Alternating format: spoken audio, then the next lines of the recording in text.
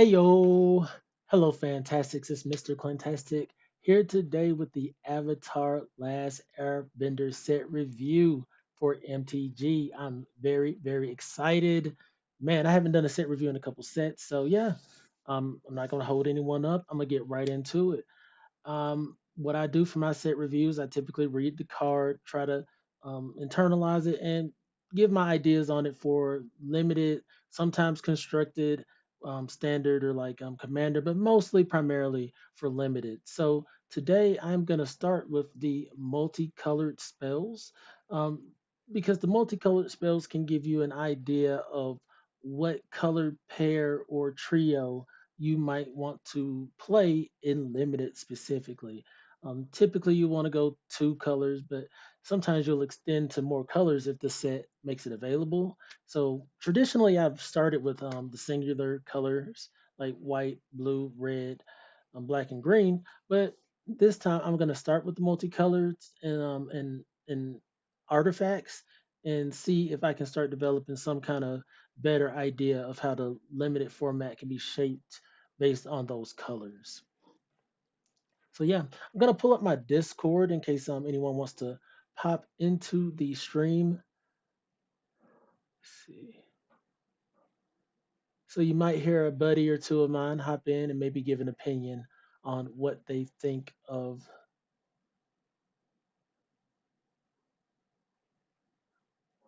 the cards.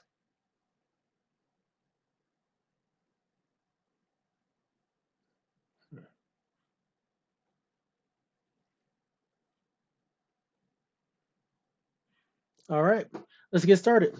First off, we have Avatar Aang. It is four colors: red, green, white, and blue. Legendary creature, human avatar ally. Firebend, flying, firebending 2, and whenever you waterbend, earthbend, firebend, or airbend, draw a card. Then, if you've done all four of this turn, transform Avatar Aang. So, okay, that's interesting. Let's see what he flips into. All right, we have Aang, Master of Elements, legendary creature, avatar ally, flying. Spells you cast cost white, blue, black, red, and green less to cast. And at the beginning of each upkeep, you may transform Aang, Master of Elements. If you do, you gain 4 life, draw 4 cards, put 4 1/1 counters on him, and he deals 4 damage to each opponent. Of course, people are going to play this card. I mean, why not? Let's see here. If I can, yeah, if I can do a little escape there, go here. Um, but I don't think it's that great for limited, to be quite honest. Four colors in limited can be hard to pull off. Four colors for a 4/4 flying is really hard because you gotta figure your colors out early. But if you are able to, it's like there is a lot of upside, but not really. Firebending, I think you get like when you attack, you get the mana equivalent to the firebending. Um, Earthbending, I think, has something to do with the lands animating. We're gonna see more of that. I don't even remember what waterbending does. So for limited, I don't think this is that great. It's just kind of like a mythic that you might want to make it like a commander with. Now that could be fun. Trying to um trying to pull it off would be the fun part. You know, bringing a deck together that can make Avatar Aang really pop. I would try to do that, but in the limited format, I don't think that's gonna necessarily work out so much.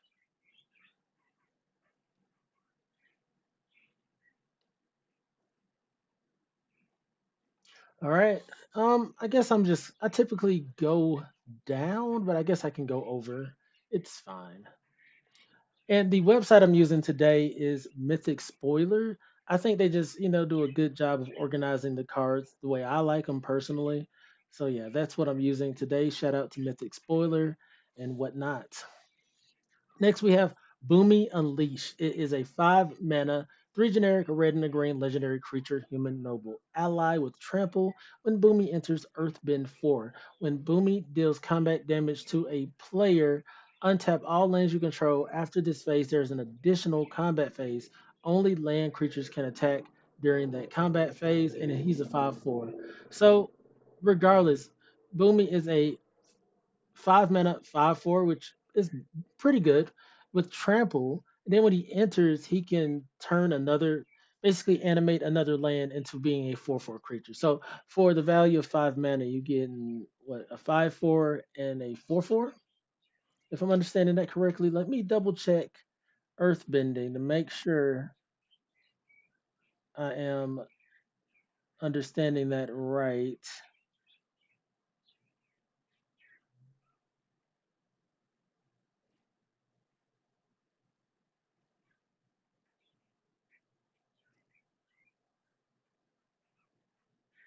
Okay, Earthbending.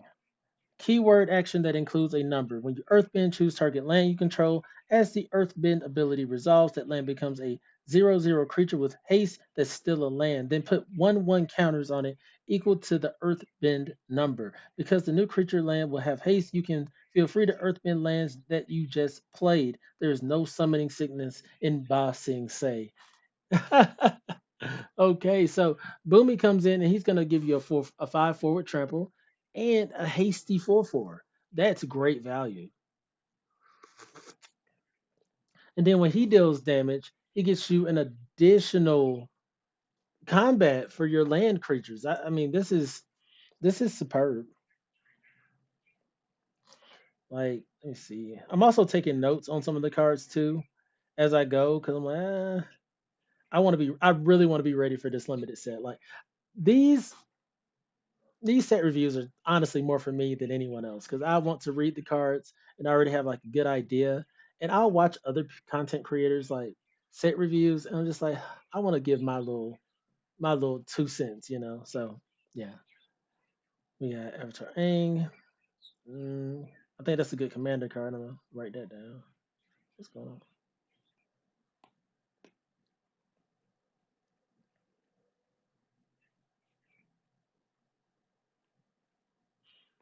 My card. Hold on. Okay.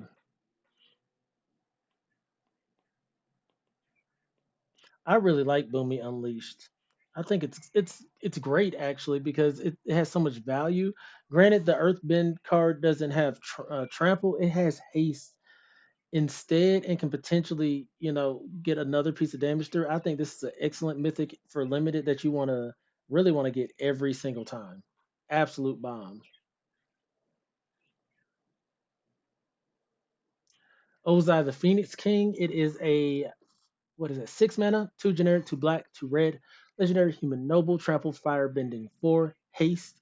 If you lose unspent mana, that mana becomes red instead. Huh. Ozai has flying and indestructible as long as you have six or more unspent mana. He's a 7/7. So he stops your mana from being um, utilized or used up for passing the phase. That's powerful. He's 6 mana, that's a lot. That's a lot for limited. But he's a 6 mana 7/7 trample firebending four. So when he entered with haste, 6 mana 7/7 trample with firebending four. So he's generating you 4 red mana in addition. Hmm.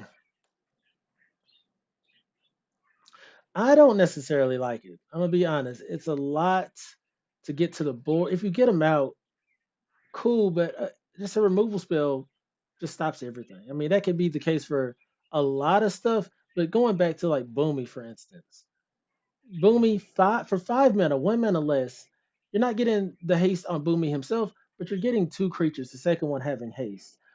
Also, with Boomy, if you're able to say he dies, goes to the graveyard, you reanimate him, you do it again, you flicker him, you do this again. So there's a lot of value in a card like Boomy Unleashed, especially in limited, versus a card like Ozai, which is great on the surface, but in practice he's just a little bit too expensive for my liking.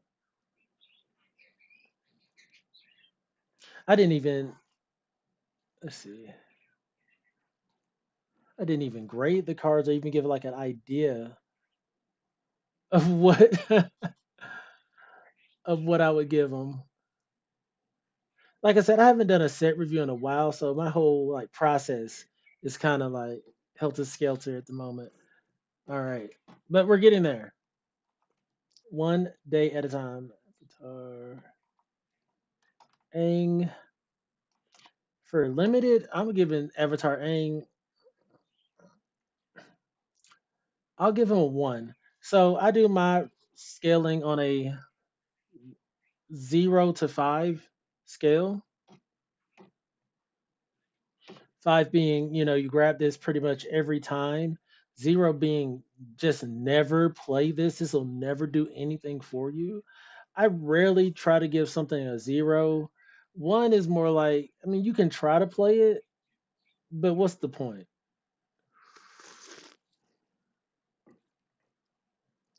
So for me, Aang would be kind of like a one. He's cool, he does things, but it's not enough to justify a four-color deck.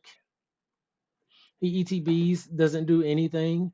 His cost to play is super high, being blue, red, green, and white. Not that big a fan.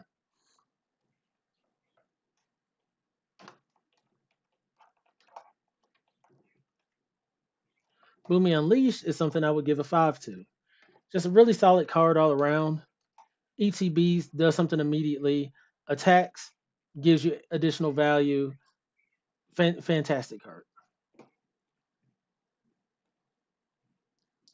Ozai the Phoenix King, not the biggest fan. 6 mana is a lot in limited.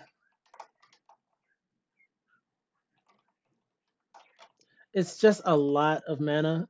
Um, in the like, I would give this more grace if it was like, say, it was just black and a red plus 4 mana. I would look at it a lot different. But the double black, double red, it just seems comes off as a lot to me.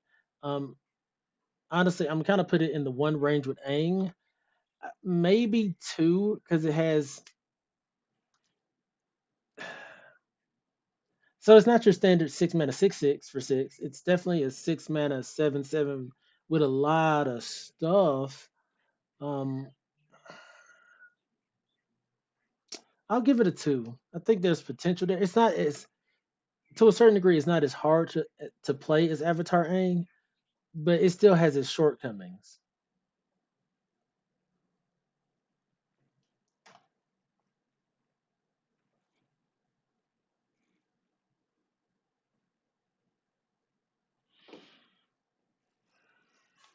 Next we have Katara, Water Tribe's Hope.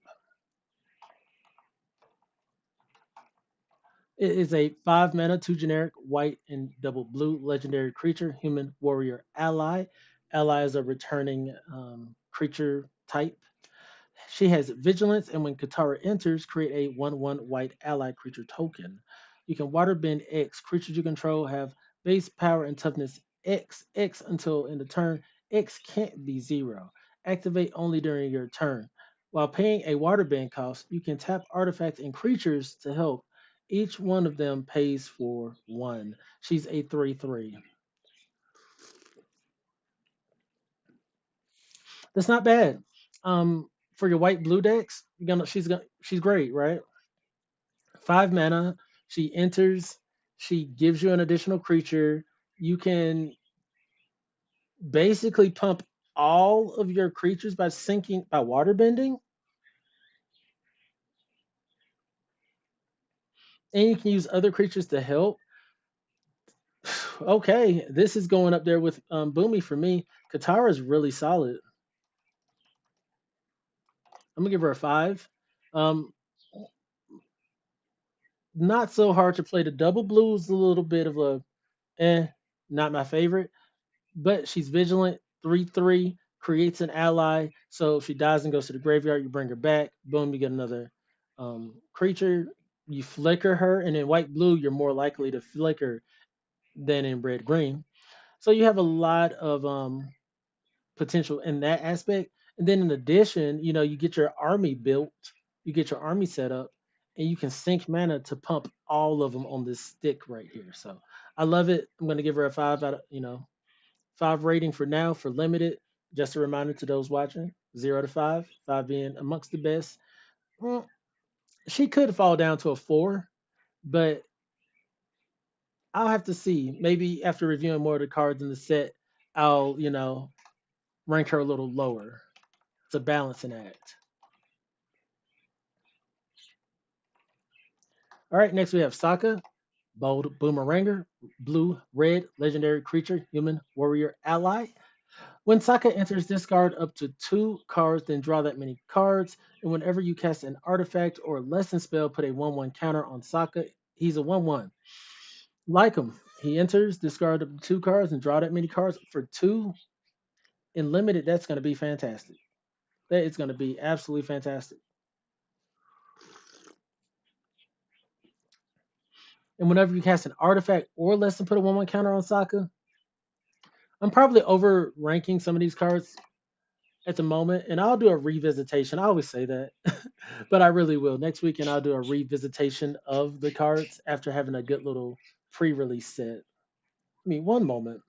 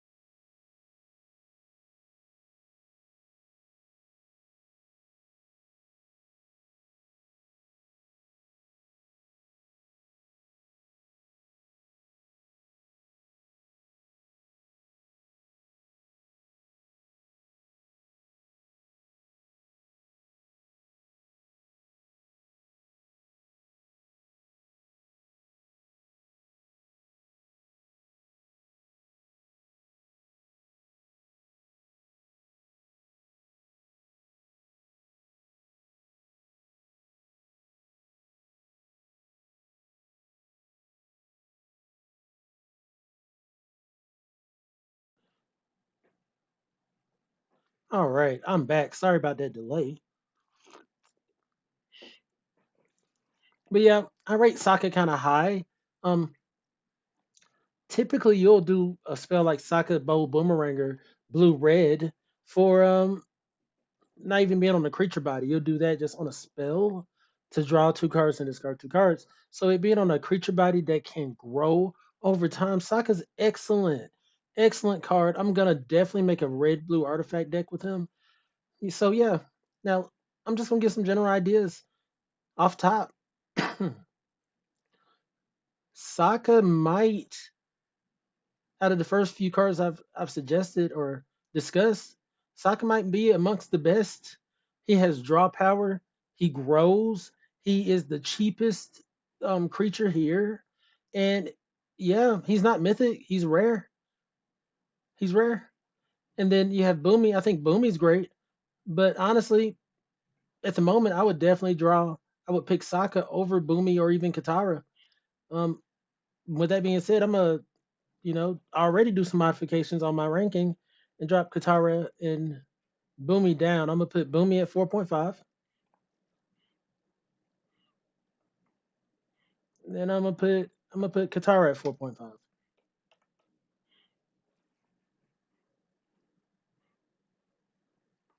I think all that value that Sokka gives just kind of pushes him a little bit over the edge. Boomy's a little conflicting because I still think it's a good card. Huh. All right, next we have bum Toph Hard Headed Teacher. Love Toph from the original show. She is a 4 mana, 2 generic, a red and a green legendary creature, human ally, warrior, rare. When Toph enters, you may discard a card. If you do, return target instant or sorcery card from your graveyard to your hand. Okay. Whenever you cast a spell, Earthbend 1, if that spell is a lesson, put an additional 1/1 counter on that land. Target land you control becomes a 0/0 creature with haste. That's still a land, put a 1/1 counter on it. When it dies or is exiled, return it to the battlefield tapped.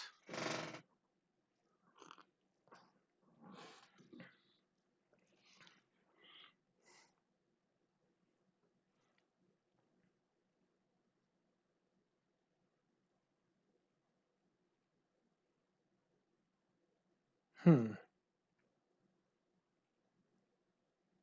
Okay. I'm gonna put Toph at 4, but honestly, Toph could probably go up. I think this might have some combo potential. Like my Spidey senses is tingling because it depends on the lessons that we get in the set. You play the lesson, which is going to be an instant of sorcery, which is a spell. So you're going to Earthbend 1, turning one of your lands into a creature. If that spell is a lesson, put an additional 1/1 counter on that land.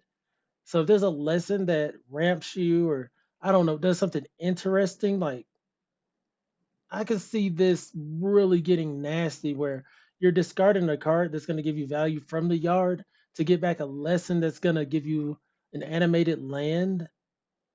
Yeah, there's something to this. I just don't know what it is yet. And that's again why I came to the multicolored cards first this season instead of starting with the monocolored cards because I'm like, there's been a lot of synergy going on in Magic Limited recently. Like in my opinion, they're making some good limited sets. So there's a lot of synergies where punching hard or just blowing up thing isn't enough when they're creating engines. And Tough Hard Headed Teacher really comes off like an engine card to me, like something you get out there.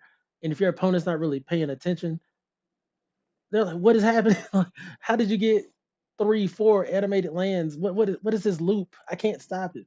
So yeah, Toph's gonna get a 4, but that can easily go up based off of what lessons we get.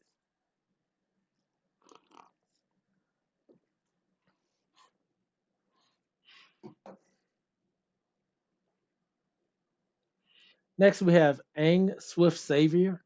He's a 3 mana, 1 generic, white and blue legendary creature, human avatar ally. Rare, flash, flying. When Aang enters, airbend up to one other target creature or spell, which means exile it. While it's exiled, its owner may cast it for 2 rather than paying its mana cost.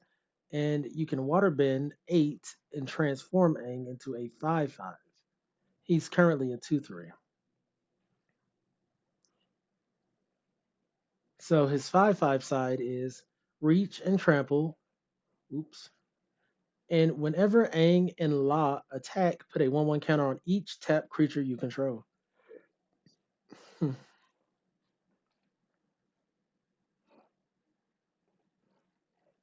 Twee and Law.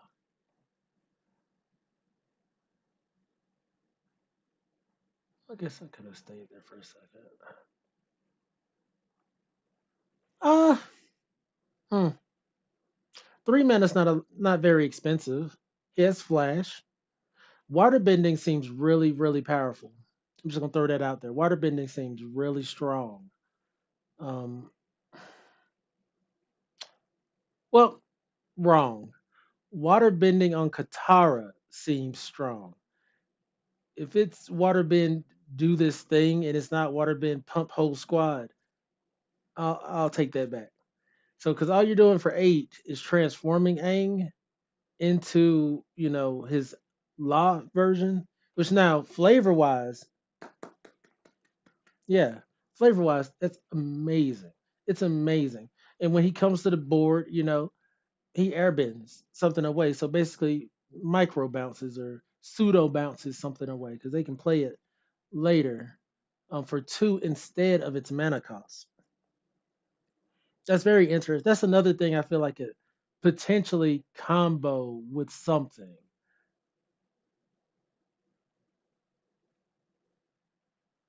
right? Like, so yeah, it already combos with Katara. Say Katara's on board with 1/1 token, you just bounce her, get another 1/1 token. I know it doesn't seem like a lot, but it's something. It's just a little micro interaction. And then whenever Aang and La attack, put a 1/1 counter on each tapped creature you control. So any creature that basically attacked this turn that doesn't have vigilance.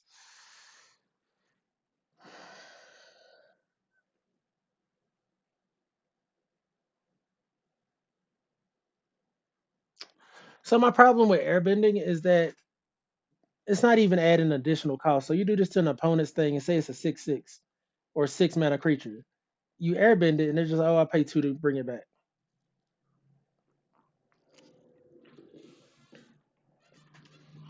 Or like anything you airbend that costs more than 2 mana, if especially if it has an ETB, you're not going to be too happy to see them just bounce it back, play it back.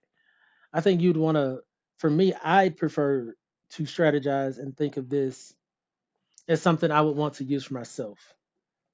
Like I'm bouncing my own thing to get value.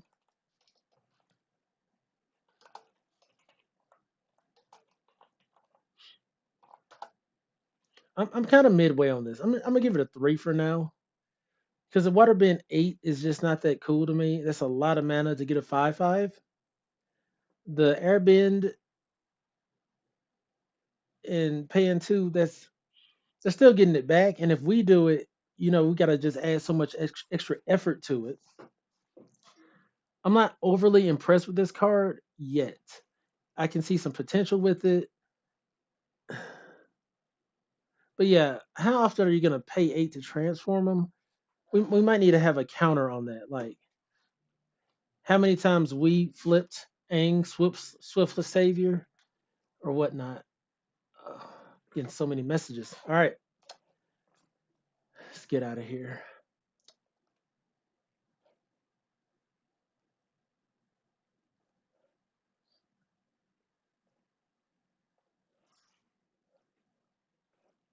Mm,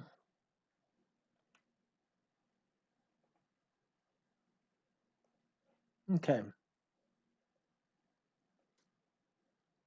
Next, we have Iro T Master. I like that.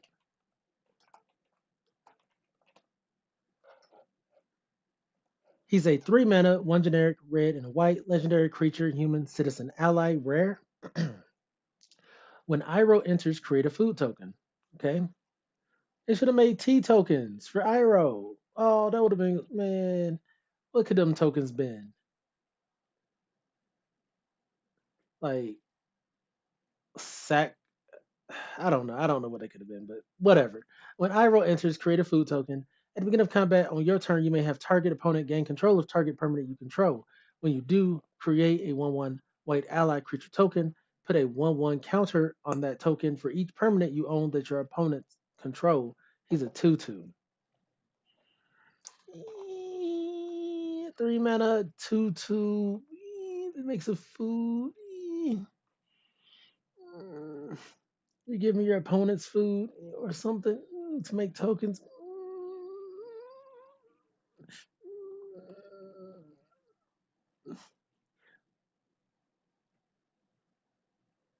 My homie, my buddy, Uncle Plague made a give, like a gift deck in Commander where it's cards that say basically once these conditions are met, you as the controller of that permanent lose the game.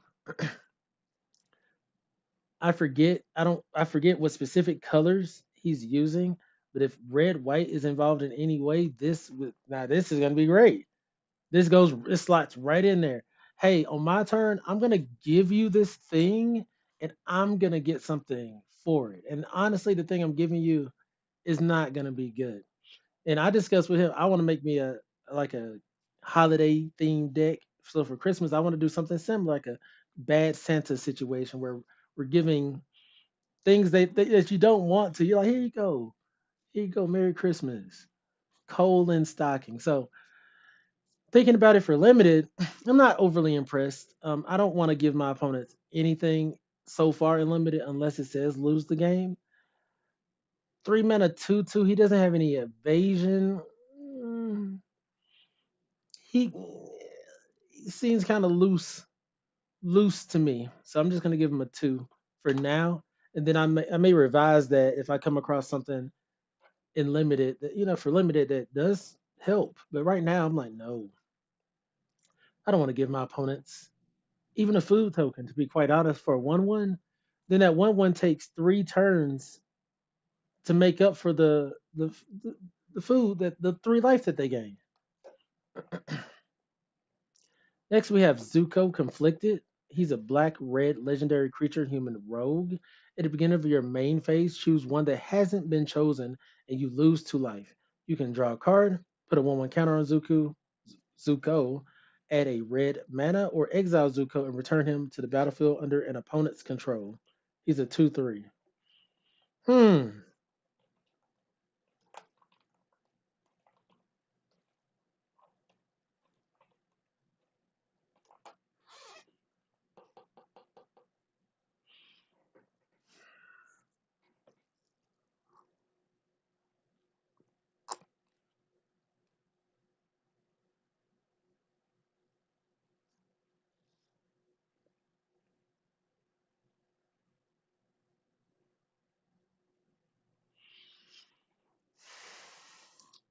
Sorry, I'm in thought because I'm like, say I get to the last part and I use Iroh to give Zuko on combat. No, it wouldn't work because this is the first main phase.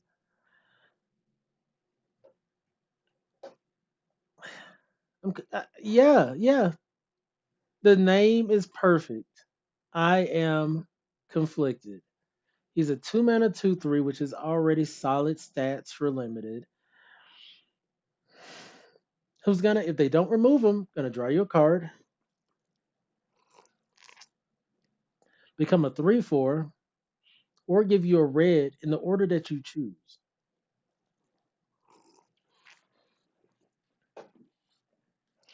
I'm giving Zuko like a 4.75, and I think that's what I'm gonna revise Boomy to. I think he's a little more potent to me. The card's great. It's great. It's just that last part. So you'd want to like what sacrifice him before he gets there, so you don't lose value by giving him to your opponent.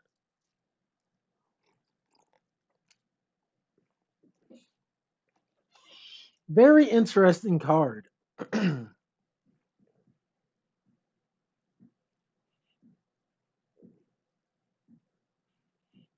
Yeah, yeah. Limited wise, I think you play. You can play him a few times actually, because there's a chance that you might not be able to sacrifice him in time. He might get under the control of an opponent, and that's where all his value goes down. Like once you give this to your opponent, it's like, you're getting so much value. But I mean, y'all could be playing tag. He could come right back to you. I'm excited. Let's see what happens with that.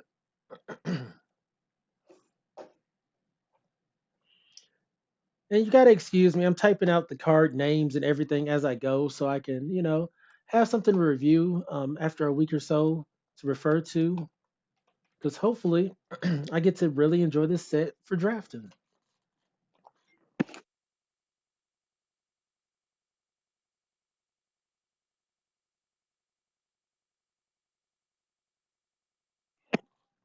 All right, next we have Aang at the Crossroads. He is a 5 mana, 2 generic green, white, blue, legendary creature, human avatar ally, rare, flying, and when Aang enters, look at the top 5 cards of your library. You may put a creature with mana value 4 or less from among them onto the battlefield. Put the rest on the bottom of your library in a random order. When another creature you control leaves the battlefield, transform Aang at the beginning of the next upkeep. He's a 3/3. So Aang Destined Savior is a legendary creature avatar ally with flying, and land creatures you control have vigilance. At the beginning of combat on your turn, Earthbend 2. So yeah, this is this is good. This is good. I'm putting him at 5. You play Aang. You play Aang at the crossroads. This is something you do. He's in the perfect colors. You draw with blue. You got some removal in white, and you got your ramp or whatnot in green. You're gonna be able to play him. He enters the battlefield. You look at the top 5 cards of your library. Get another play and put on the battlefield. What? And then when another creature you control leaves the battlefield, you can transform him, and he's even better, a flyer with lands you control have vigilance. And at the beginning of combat, you earthbend too. Yeah, yeah. Aang at the crossroads is awesome. Bant looks to be excellent. Whoa, whoa. That is that's everything I want to do. I don't know about y'all. I don't know what y'all trying to do, but Aang at the crossroads is exactly what I'm trying to do. He's definitely like you open him up, pick him. Probably my favorite Aang so far. All right, next we have the lion turtle. Hmm.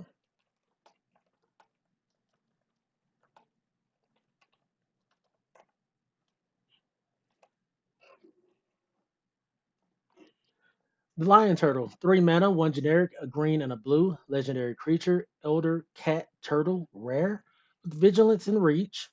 Okay. When the lion turtle enters, you gain 3 life. Okay. The lion turtle can't attack or block unless there are 3 or more lesson cards in your graveyard, but you can use him to ramp one of any color, and he's a 3/6. Hmm. I like him. I like him. ETBs, you gain 3 life. He ramps. I gotta see how many lessons we get in the set. If we get enough lessons, he can be okay.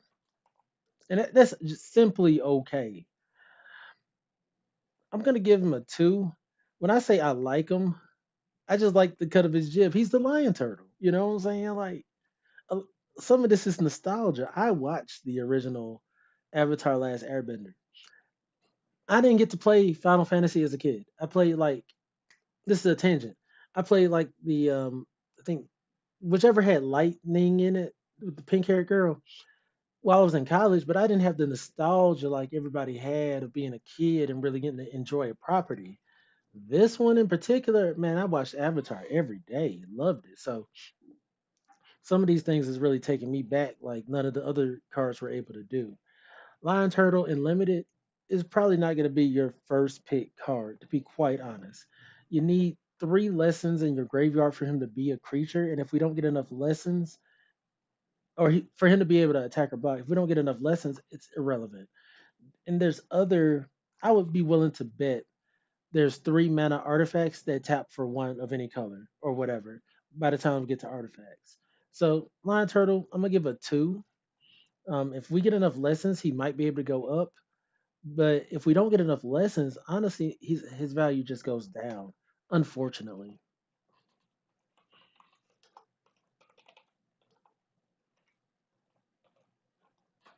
Next, we have Azula, Cunning Usurper, 5 mana, 2 generic, a blue, double black, legendary creature, human noble rogue, rare, firebending 2. Whenever this creature attacks, add 2 red mana. This mana lasts until end of combat. Oh, It only lasted in the combat? Ugh. When Azula enters target opponent exiles a non-token creature they control, then they exile a non-land card from their graveyard. During your turn, you may cast cards exiled with Azula. You may cast them as though they had flash. Mana of any type can be spent to cast those spells.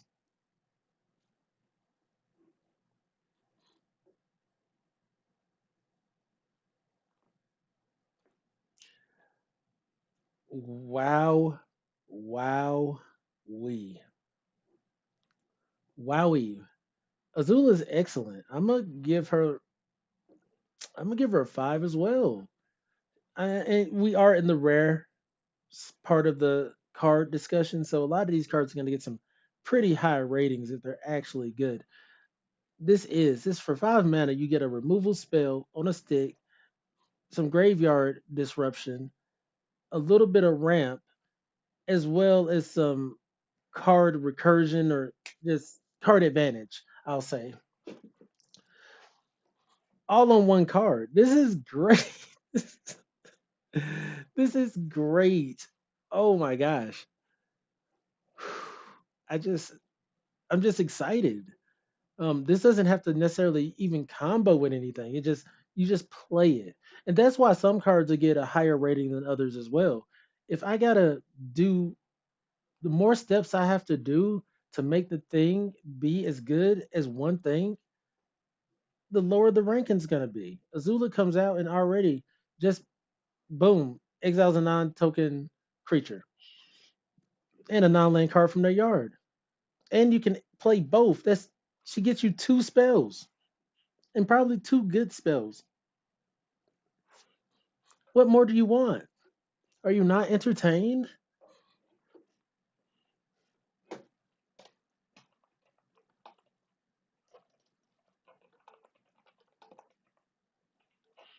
All right, next we have Iroh Grand Lotus. He is a 6 mana tamer colors, legendary creature, human noble ally, rare, firebending 2.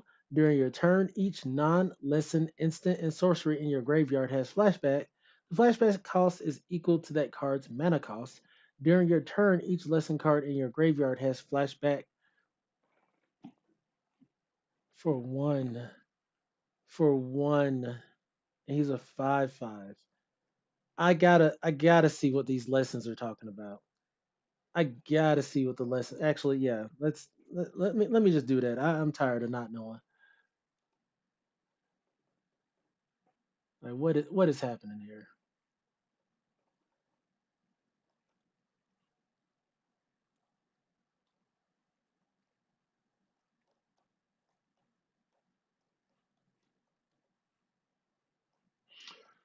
Okay, we got a lesson in multicolor, so they're probably just gonna be scattered about in the various colors. But in multicolor, there's only one.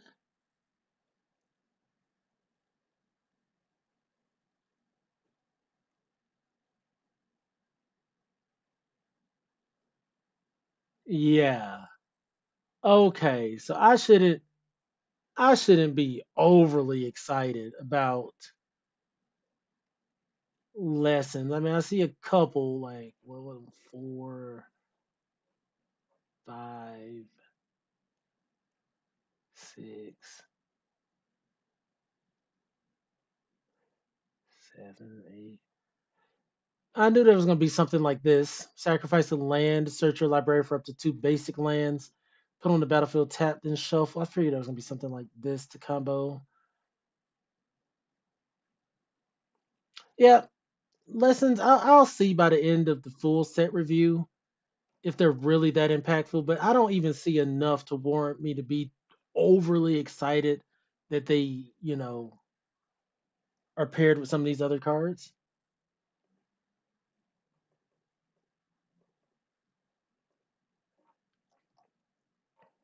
Don't get me wrong. I'm sure there's going to be lessons where I'm just like, okay, boom, that's bomb. But even just the number of them alone, I'm just like,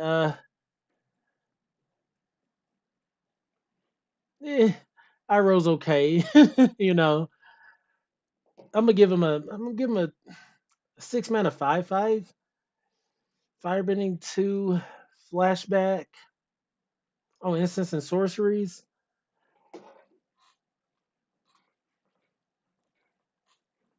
3.25. Like he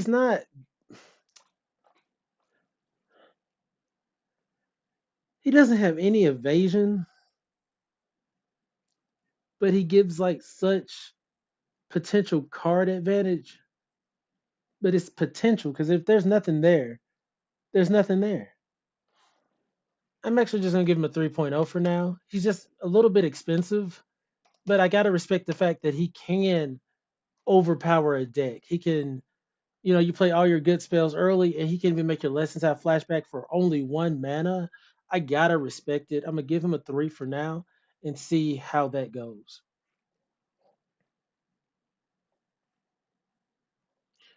Next, we have Sokka, Tenacious Tactician.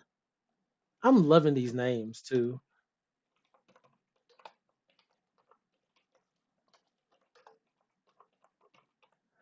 Sokka, Tenacious Tactician. He is a 4 mana, one generic, a blue, red, and a white legendary creature, human warrior ally with menace and prowess. Other allies you control have menace and prowess. And whenever you cast a non-creature spell, create a 1/1 ally creature token. This is wonderful. Wonderful. He's 4 mana. That's, not overcosted. He's 4 mana 3/3. So base, he's not just like, oh, overly exciting. But he has menace and prowess. He gives other allies you control, and I've been saying ally again and again and again already in the rare and mythic slots. So I can only imagine how many are in the uncommon and common slots. Other allies you control have menace and prowess. And whenever you cast a non-creature spell, create a 1/1 ally creature token. If they would have gave, they did. They basically gave all your allies menace and prowess. This is ridiculous. This is ridiculous. I'm gonna give it a 4.75. I think there's some other cards that alone just don't need any help do things, but this just built correctly is just gonna win games. Whew. I've been focusing like I guess I should say this too. If I find a card that's busted for limited, that's probably what I'm gonna discuss first and foremost. If I don't see a place for limited, I'll consider something for constructed. But this is for the most part, limited set review. We're considering these cards in the confines of sealed and draft and whatnot. So yeah, I'm sure like we're gonna see this. If he's good and limited, there's a good chance you're gonna see him as a commander or see him in commander. Um, might see him in standard or whatnot. But if I'm gonna do a standard review, that's what I want it to be. Kind of like, oh, we're talking about if this can get added to any standard or commander decks. All right, moving on. We have Fire Lord Azula.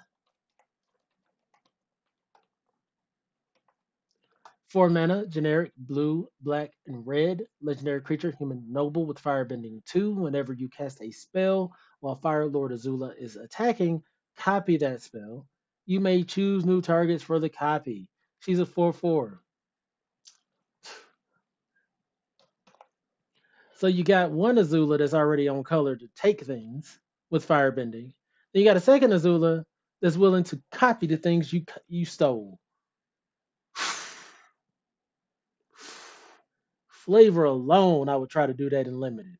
For flavor alone, I would try to play both Azulas, take your thing, and then copy it with double firebending. That's that's what I want. That's what I want to do. That's what I want to do. On paper, she's a 4 mana 4/4. Basic stats. No haste, no evasion, X, Y, and Z. So she needs help. You can't just play her and think she's gonna be a bomb. But since I do want to combo her so much with the other Azula, I'm gonna give her a 4.25. I think she has a lot of potential. Just the fact that only you get one swing, even if you don't combo her with the other Azula, you can copy your spell. Better have some good instants and sorceries in here. All right. Okay. Next we have Fire Lord Zuko. Man, I'm so hyped for this set. 3 mana, Mardu colors, red, white, and black. Legendary creature, human noble ally. Allies are going crazy. They're everywhere. Firebending X, where X is Fire Lord Zuko's power. So he starts off at fire. He starts off at Firebending 2. Whenever you cast a spell from exile, and whenever a permanent you control enters from exile, put a 1/1 counter on each creature you control. Oh, he's a 2/4. The flavor. It's the flavor. Because, Zuko was in exile trying to find the avatar. And whenever you cast a spell from exile, whenever a permanent you control enters from exile, he gets stronger. Oh, no, actually, everyone gets stronger. I like this. Uh, mm, Limited, he's a 3 mana, 2/4. Firebending. Firebending seems to be something you really want to pair with like instance or flash. Instance or flash really goes along with the firebending. Hmm. Airbending pairs with this too because you airbend something, you pay it for 2, then put a 1/1 counter on all your things.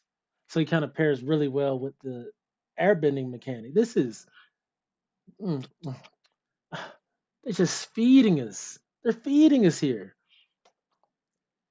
Um, for limited,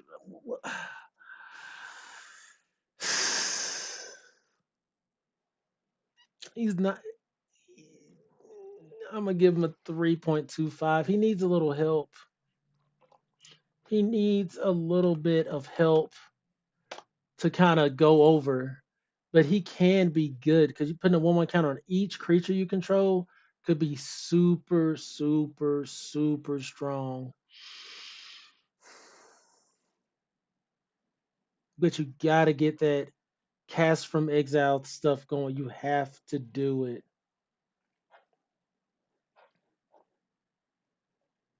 I think his value could go up, especially based on the deck he's put in. But just raw by himself, I'm a little iffy on.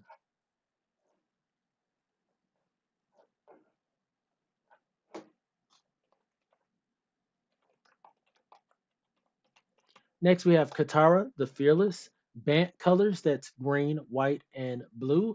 Legendary creature, human warrior ally, rare. If a triggered ability of an ally you control triggers, that ability triggers an additional time. She's a 3/3.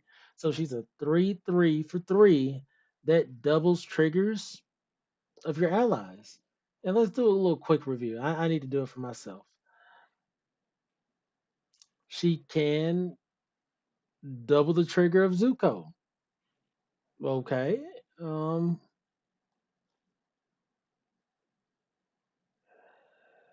Can't double his. She can double the trigger of Sokka. Whenever you cast a non-creature spell, create a 1/1 creature token. And it's not limited to once a turn. Um, she can double the trigger of Aang at the crossroads. Oh my goodness. Oh my goodness.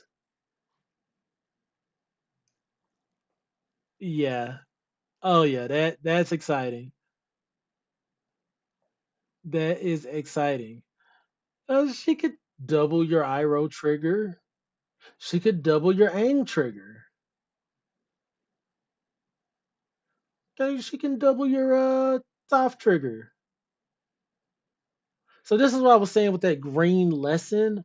Whenever you cast a spell, Earthbend 1, so you cast the spell. I think it was a lesson. If you put a 1/1 counter on that land, so it makes it a 2/2, and then you can discard a card, return that lesson from your graveyard to your hand, play it again, get a land out of your deck, make another 2/2. You get what I'm saying? Like there's some there's a loop that can happen with that. But getting off point. Going back to Katara. Katara's great. I'm gonna give her a 3.5. She does need a little bit of help herself, but because she's just 3 mana 3/3. But once you start stacking those abilities, she instantly can be like a. I'm gonna say 3.5 slash 4.5. I think she can be stupid strong. I'm gonna have to start giving some of these cards like lower end and higher end um ratings, because yeah, by themselves they can be a little dudsy, but with the right support, it can just be ridiculous. Next, we have Toph, the first metal bender. That was so cool when she learned how to metal bend. She is a 4 mana Naya color that's red, green, and white legendary creature, human warrior ally, rare. Non token artifacts you control are lands in addition to their other types. Okay. At the beginning of your end step, you earthbend for 2, which turns one of your lands into creatures. That's just strong. So when you're playing limited, let me finish the card. She's a 3/3. So anyway, when you're playing limited, you have only so many resources. You're playing like what 14 to we'll say 17 creatures with your few instants and sorceries with your 15 to 18 lands, and you're trying to you know construct something that with those limited resources that can overcome your opponent. When you have things in your deck like earthbending that takes one of your resources that isn't what it is and makes it something else, so making a land, which typically once that land is utilized or used for mana, you can mana flood and you can't do much else with it. This turns it into a creature. So it kind of like exceeds the resource limit that you would normally be limited to in your limited deck. So I think earthbending, honestly, so far is probably the strongest thing I've seen for this set. Um, just turning those lands into creatures, and in addition to that, when they die, they become lands again. So you're almost like able to like sling your creatures relentlessly at the opponent. Like earthbending is mad strong, man. It's super strong. And they're giving it all these like little synergies around it. Commander decks that use landfall and manipulate ramps and all that and whatnot are gonna have a field day. They're gonna have a blast. So yeah, Toph, first metal bender, 4 mana, 3/3. Non-token artifacts are lands in addition to their other types. So your foods are lands. What? Your treasures are lands. Your clues, like anything, are lands. Oh, they don't gain the ability to tap for mana though. But she can turn them into creatures. She can turn artifacts into creatures. These are some interesting mechanics. I'm rocking with this set. For limited though, I don't know how I'm feeling. 4 mana 3/3 that needs a lot of help to work. She might be falling a little low for me, but the earthbending ability is still super strong. I'm gonna give her a 3.25. It's good regardless, and it could go up. All right, next we have Earth King's Lieutenant, green and a white.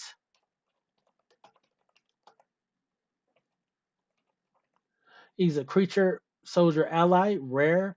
Trample. When this creature enters, put a 1/1 counter on each other ally creature you control. And whenever another ally enters, put a 1/1 counter on this creature.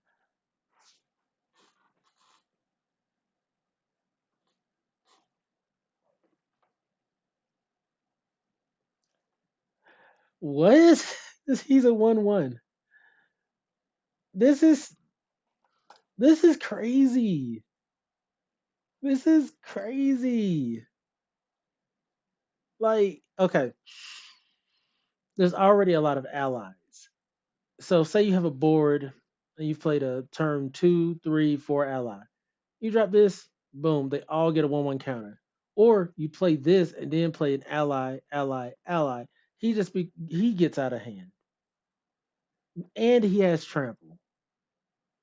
I'm gonna give him a four. He needs a little bit of assistance. But overall, I feel like this card is really, really, really good. You want multiple copies of him. You want as many of these as you can actually put your hands on. I'm gonna give him a four. That's the problem. He works alone and he works in multiples. I'm gonna give him 4.25. I think this is a little bit better than my initial thoughts. Oh, all right. Let me move my face out the way. I think I can go. Here we go.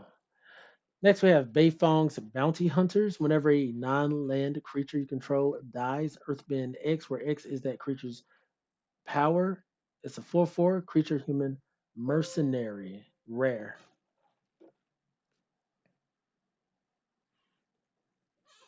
Dies Earthbend. This is interesting. All these see, this is I had to get back to doing my set reviews. These cards have been going crazy in MTG lately. It's just been making so many of them though. 4 mana 4/4, solid base stats. When a non-land creature you control dies, Earthbend X, where X is that creature's power. I think there's a lot of loop potential with this, a lot of engine potential with this. Specifically for green black, I don't think I've seen anything that straight up goes with it. But in any like sacrifice deck, you sacrifice a thing, you earthbend, that's good. I'm gonna give it a because I don't know what I would do with it yet. I'm gonna give it a three. I'm gonna give it 3.25. In my heart, I feel like the engine potential is just earthbending. Actually, is too strong. I think that's what's skewing my evaluations. The earth bending mechanic is so strong that even if the card is a little mediocre, I'm like, or not even mediocre, but if the card is, yeah, if it's average to me, it puts it over the edge. Especially more than any of the other bendings. Next, we have Earthbending Scavengers, white, black. Creature, human, rogue, rare. Whenever you sacrifice another permanent, put a 1/1 counter on this creature. And when this creature dies, you may exile it. When you do, return target creature with mana value less than or equal to this power from your graveyard to the battlefield. Mm, yeah, my Orzhov players would probably like it. Me, I'm not a big fan of it because you have to build around it. I'll give it a 2.75. I think there is some potential there. I just don't know if I would play it out like that. Next, we have Saka, Lateral Strategist, 3 mana, 1 generic, and 2 hybrid Orzhov colors. Not Orzhov, Azorius, that's white, blue. Legendary creature, human, warrior, ally, uncommon with vigilance. Whenever Saka and at least one other creature attack, draw a card. He's a 2/4.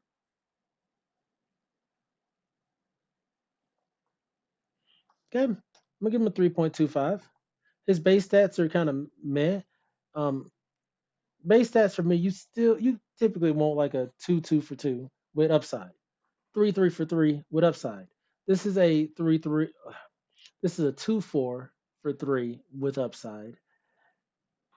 So I'm giving it a 3, but it could be a little bit better. Like maybe even just being a 3/3. Because you are one. Well, I don't know. Because being at 2/4, it makes it a little easier for him to attack in because his defense is higher. Yeah, still gonna give him a 3.25. Next we have Suki Kyoshi Warrior.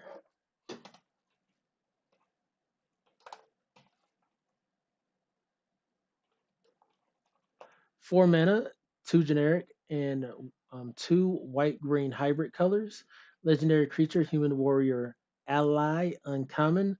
Suki's power is equal to the number of creatures you control. Whenever Suki attacks, create a 1/1 white ally creature token that's tapped and attacking. She is a star 4. So, yeah, I'm gonna give her a 3. Mm, get 3.25. A lot of these cards are great, actually, for limited. Overpowered, maybe not, but yeah, you do get enough creatures out. Suki could be a one shot. Then boom, gotta you, or you have to block her at the very least. Next, we have Long Fang Grand Secretariat. Think I'm saying that right? Long Fang Grand Secretariat.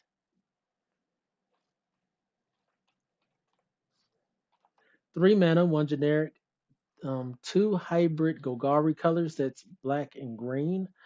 Legendary creature, human advisor, uncommon. Whenever another creature you control or a land you control is put into the graveyard from the battlefield, put a 1/1 counter on target creature you control. He's a 2/3. Give him a 3. Solid card. Not overpowered. Just solid.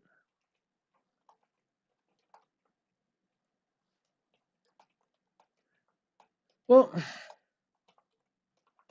a 1/1 counter is nothing to scoff at, to be quite honest.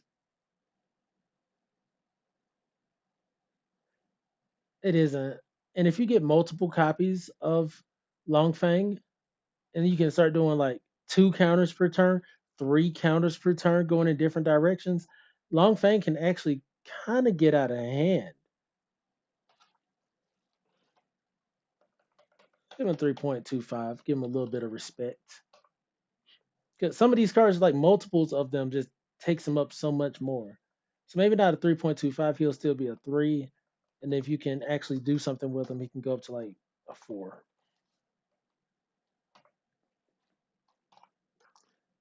Next, we have Hey Bye, Spirit of Balance, 4 mana, 2 generic, and 2 white black hybrid colors, Orzhov hybrid colors. Legendary creature, Bear Spirit, uncommon. Whenever, I hope I'm saying that right. Hey Bye, Hi Bye, I think it's Hey Bye. Enters or attacks, you may sacrifice another creature or artifact.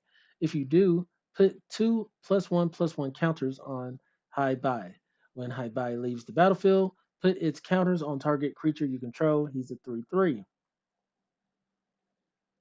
Mm, so he can come in, you sack another creature or artifact. He comes in as a 4 mana 5/5. When he leaves the battlefield, you can put his counters on another creature.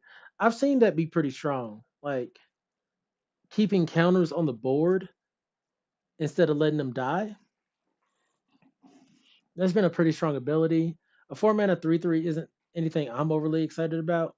I'm gonna give him a 2. 4 mana 3/3.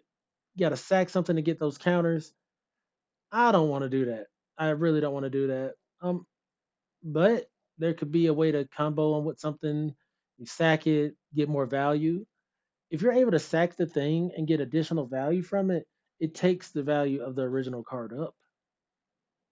A lot of this is how you play it and how you really like what cards are common, uncommon, what you got access to, how you build the deck. Next we have Hama, the Bloodbender. Ooh.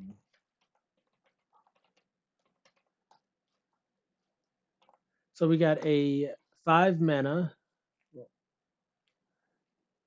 Okay, one second. We got a 5 mana. That's 2 generic and 3 hybrid Demir colors. That's 3 blue-black hybrid colors. Legendary creature, human warlock, uncommon.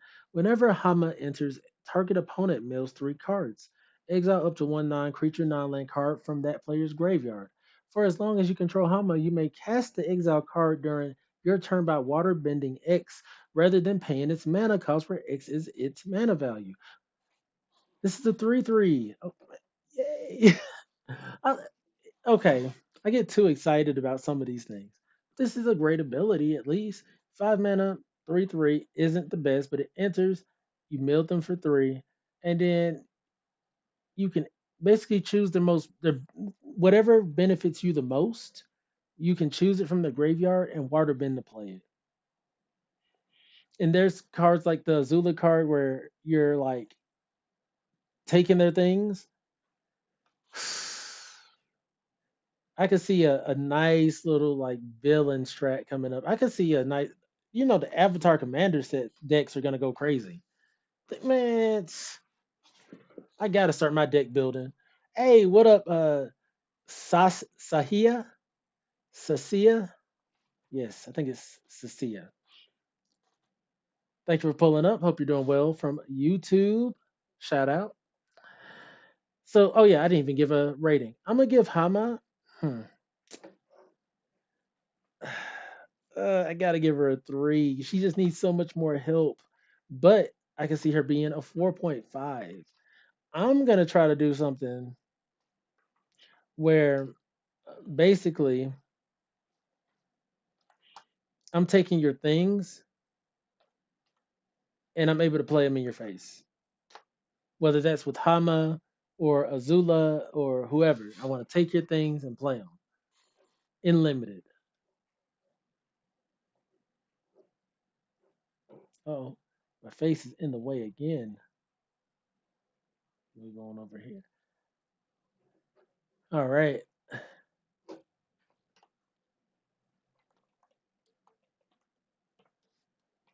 Next, we have Uncle Iroh. He is a 3 mana, 1 generic, two Gruul hybrid colors. It's two red green hybrid. Legendary creature, human noble ally, firebending 1 uncommon. Lesson spells you cast cost one less to cast. He's a 4/2. 3 mana 4/2 is actually not bad at all. Like, that's a lot of power. Not too much defense, but if he has nobody blocking him, that's 4 damage chunks. That's 5 hits and you're out. He firebends, so he adds a red and makes your lessons a little bit less. Kind of did a quick oversight of the lessons. There's not a lot of them, so they're gonna really have to be impactful.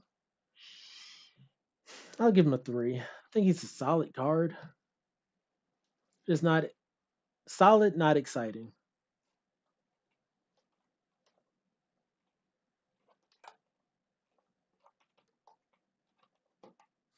Next we have Zhao, Ruthless Admiral. That is 4 mana, 2 generic, and two black red hybrid colors. That's Rakdos. We have a legendary creature, human soldier, uncommon with firebending 2. Whenever you sacrifice another permanent, creatures you control get 1/0 until end of turn. He's a 3/4. 4 mana, 3/4. Mm-hmm, mm-hmm, mm-hmm. We'll give him a 2.75. Solid, once again, just not exciting.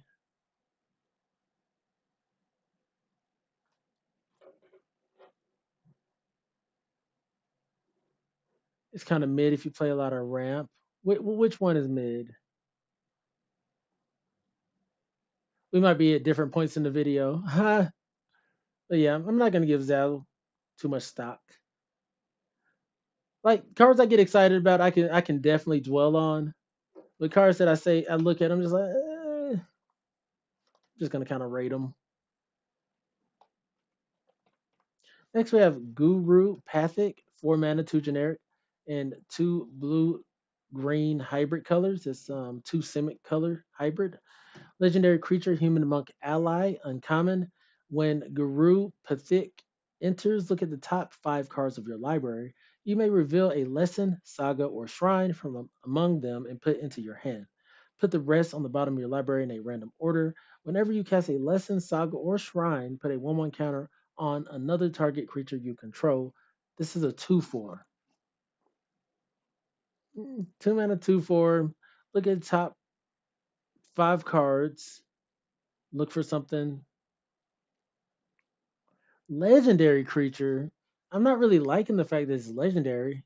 So you're not going to be able to really stack these. Give it 2.5. Like it goes and gets something, which is card advantage. I mean, I'll give it a three. That card advantage is somewhat good.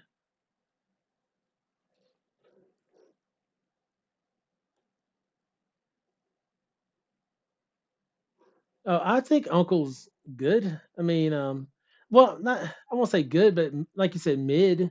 He's a 3 mana 4/2. On a blank board, he kills in 5 turns. They gotta do like you jam them out, you remove them, remove their things. If they don't get something going, Iroh with his stats alone is really doing some work.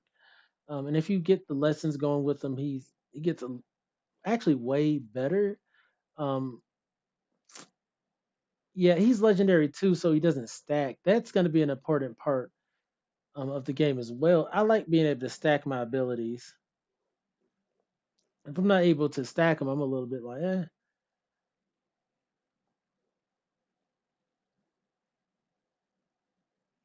I don't think I've seen Secret of. Have I seen that yet? I'll make it to it eventually. I'm going in an order here. We got Jet Freedom Fighter. My face is probably covering them. There we go.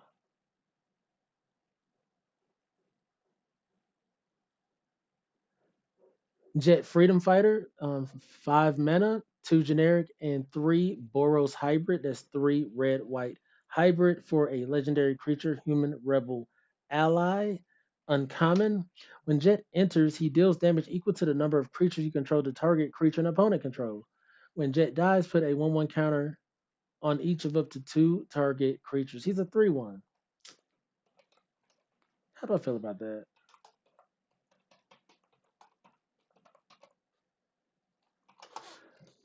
5 mana for a 3/1 is not the greatest, but he's 5 mana for a 3/1 removal play.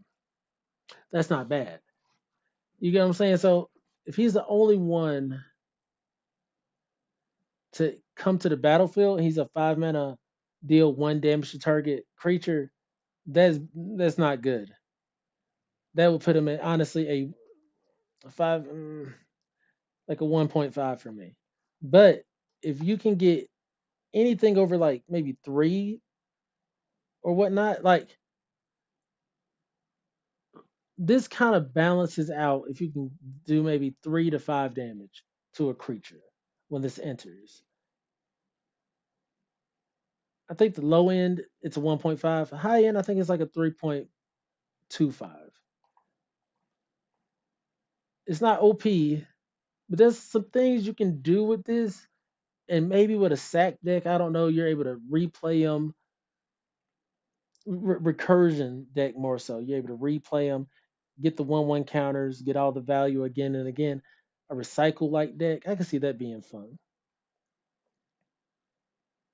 Right, right. That's what I'm saying. It could be really good if you have a bunch of creatures down and it's just like a kill anything. It could probably be even higher than 3.25. It could be like a 4.5 card, but that's really a high variance between just being a 5 mana kind of do nothing and a 5 mana do a little something something.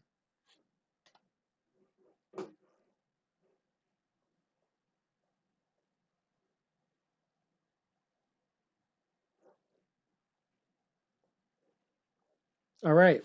Next we have Professor Zay, anthropologist. I remember him.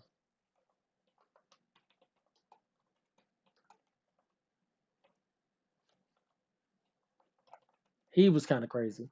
So Professor Zay, anthropologist. He is a 2 mana red blue hybrid, two red blue hybrid colors. This is it colors. Legendary creature, human advisor ally, uncommon. You can tap him, discard a card to draw a card. You can pay one, tap, sacrifice Professor Zay, return target instant or sorcery card from your graveyard to your hand. Activate only during your turn. He's a 0/3. If you're playing the Is It deck with Saka, I could see this having some mad value, right? Just a tap, draw, well, discard, draw, and then you can return your favorite instant or sorcery from your yard. My man Cecilia says it's It's broken. And I'm just like, I wouldn't say for me it's I wouldn't say necessarily just straight up broken, but is it? Because it's discard draw on a stick for two. You better know what you're doing because this by itself, you're not doing any damage to your opponents. It's not killing anything, but it's giving you a ton of card value. I'm gonna give it a 3.5. Like that consistent card value, it's gonna be great. But you're definitely gonna have to do more than deal zero damage to your opponents to win the game, right? And then you can sack them, return a instant or sorcery from the graveyard to your hand. It's pretty good. All right.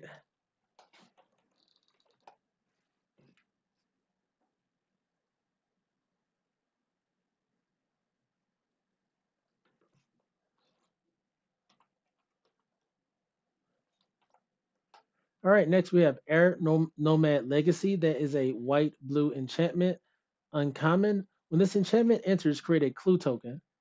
Creatures you control with flying get 1/1.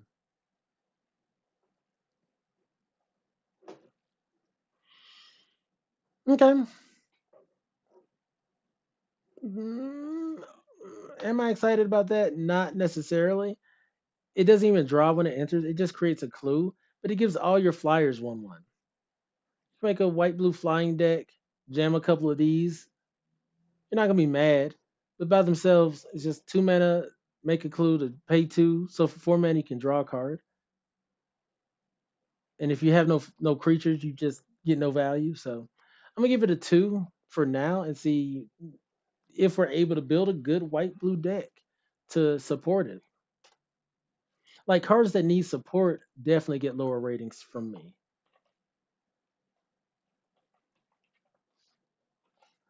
All right. Next, we have Hermetic Herbalist. That's a green and a blue creature, human druid ally, uncommon. You can tap her to add 1 mana of any color, and you can tap her to add 2 mana in any combination of colors, only to spend lessons. She's a 2/3. That's a solid little rock, mana rock. I'm gonna give her 3.25. In your green blue decks, you're gonna want, a couple copies of these. Will the lesson part be important? I don't really know. I'm just give her a 3. Like she's just base. Like actually no, 3.25 is warranted. She's a 2 mana 2/3. That's good stats, regardless. And she ramps you.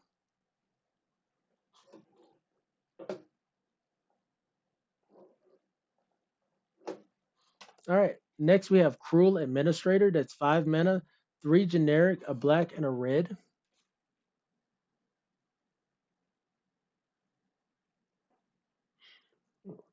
All right. Got distracted. We got Cruel Administrator, 3 generic, a black and a red, creature, human soldier, uncommon with raid. This creature enters with a 1/1 counter on it if you attack this turn. We've seen that before. Whenever this creature attacks, create a 2/2 red soldier token with firebending 1, and it's a 5/4. I like this. Now, this is kind of cool.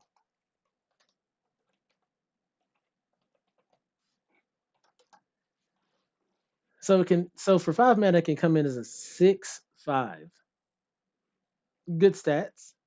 And in addition, that's if you attack that turn. And then whenever it attacks, it just creates 2/2s on a stick with firebending 1, like multiplying a mechanic. You're multiplying your creatures and your mechanic. This isn't this isn't legendary, so you can stack it. I'm giving Cruel Administrator, I'm gonna give it 3.75. I like this. I might be overrating this card right now. I feel like I could very well be overrating it, but to me, this is just once you play the first one, and if you can play a second one or a third, oh my god, we'll see. We'll see. Maybe once again I could be rating it too highly, but I'm gonna stick with my guns for now.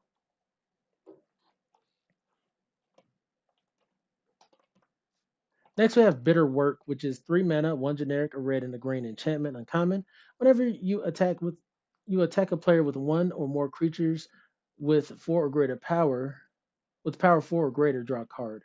It has exhaust four, earthbend four, activate only during your turn.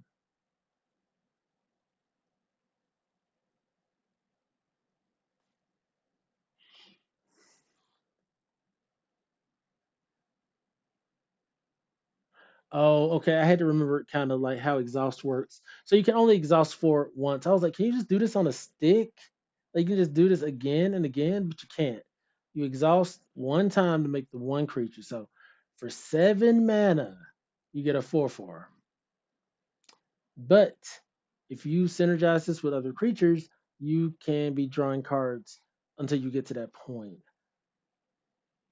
This doesn't draw you a card up front. It doesn't create a creature up front. This is a lot of delayed gratification right here. And look at it. The flavor. It's delayed gratification is bitter work. Am I waiting that long to get that value in limited? I doubt. I doubt I want to play this in limited. I'm gonna give it a two. It's playable. You can do it if you want, but I don't know how many games this is gonna be winning.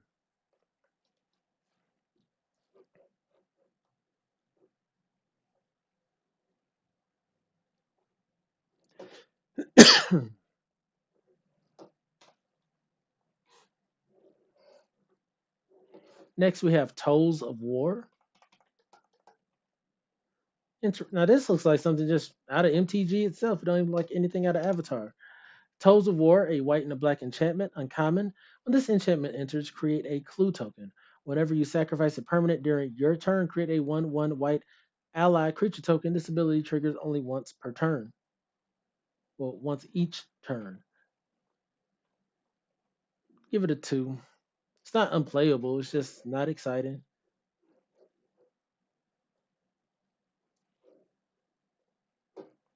Foggy Swamp Spirit Keeper,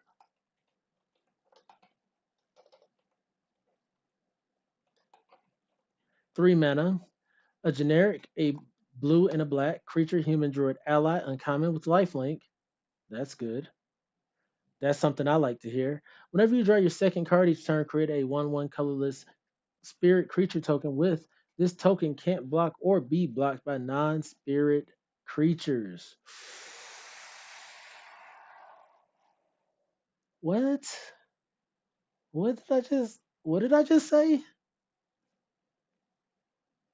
This token can't block. Okay, that's bad. Or be blocked. Oh my god, that is super good by non-spirit creatures.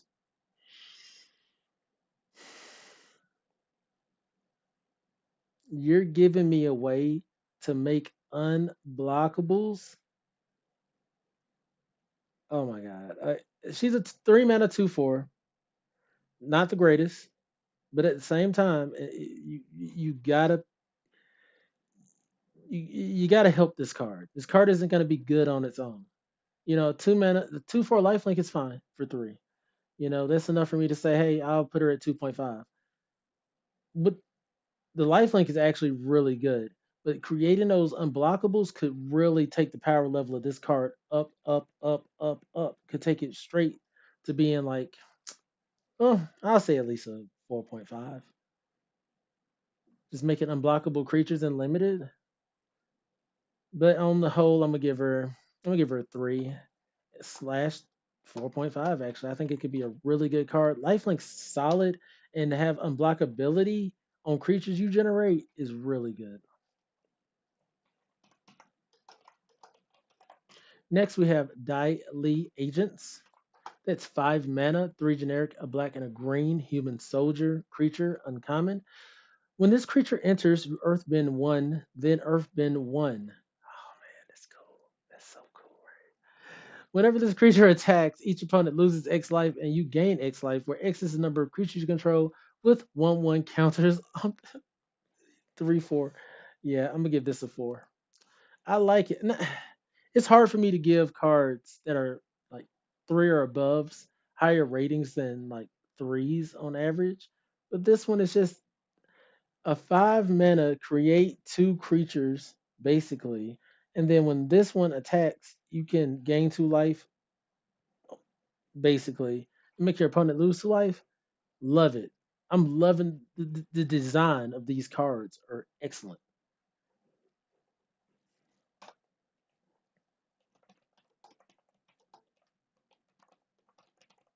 Next, we have White Lotus Reinforcements. That's a one generic, a green and a white creature, human, soldier, ally. Uncommon, vigilance. Other allies you control get 1/1, 2, 3. Okay, give them a 3 to a 4.5. These cards have a lot of upside if you can stack them. I think cards that like simply by stacking them make them better. So you have two of these out, right? Now you have a two, three, fours. In addition, any other allies you have are getting +2.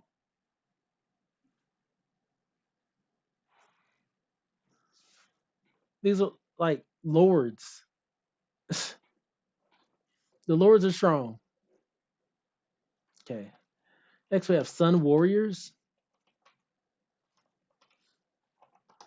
That is two generic Boros colors. Creature, human, warrior, ally, uncommon. Firebending X, where X is the number of creatures you control. Mm. You can pay 5, create a white 1/1 ally creature token. It's a 3/5. So a 3/5 for 4 mana with Firebending X, where X is the number of creatures you control. That's not bad at all. Like that's not bad at all.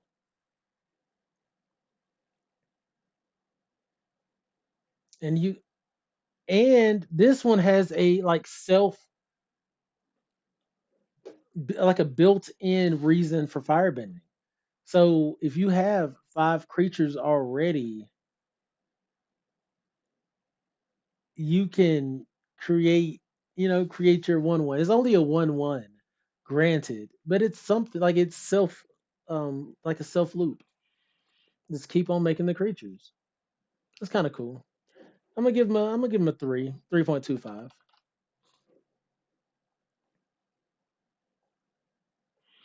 And then it can stack multiple times because if you have like, I mean, it's limited, so who know? You're not gonna be having 10 creatures out, are you? Without your opponent scooping it up. Next, we have Dragonfly Swarm. It's 3 mana, one generic, a blue and a red creature, dragon, insect, uncommon, with flying in Ward 1. Ward 1's pretty strong. This creature's power is equal to the number of non-creature, non-land cards in your graveyard. Okay, and when this creature dies, if there's a lesson card in your graveyard, you draw a card. Flying, Ward 1, Star 3. I'll give it a 3. I do like the flying, actually.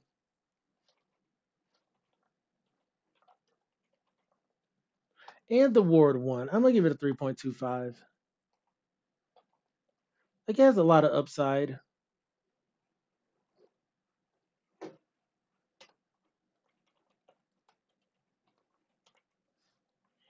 Next, we have Wandering Musicians. 4 mana, 3 generic, Boros color. Creature, human, bard, ally, common. Hey, we made it through all the mythics, rares, and uncommons. We're down to the common multicolor cards.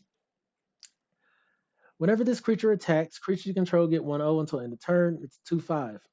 Eh, a lot of these are probably going to be ones and twos. We're going to give this a 2. It's like not totally unplayable, but it's eh.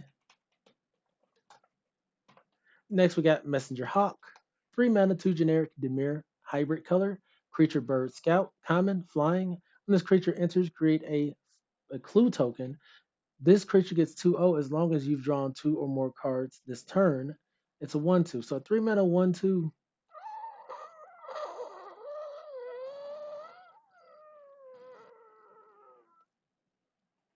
I'm gonna have to give my boy a 1. Despite the fact that he's a flyer, which I typically love, creating a clue, great. I still got to sink mana to draw that card, and that's a lot. You're asking me to do a lot for with this card for no reason. For a 1/2, maybe even a 2/1, I would have been like, okay, but a 1/2, come on.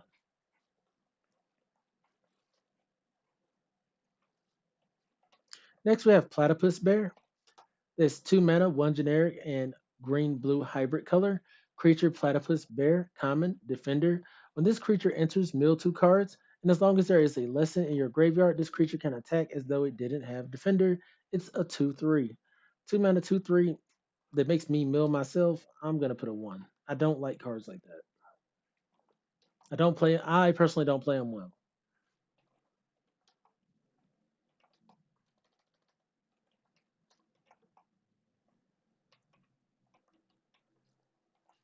Next, we have Earth Rumble Wrestlers, 4 mana, 3 generic, Gruul hybrid color, creature, human, warrior, performer.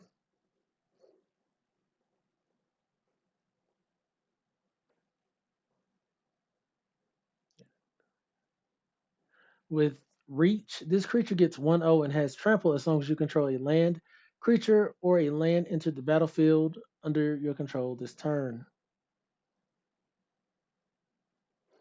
Eh, 4 mana, 3/4 that has upside. I'll give it 2. So yeah, I might play. And the reach is kind of important too.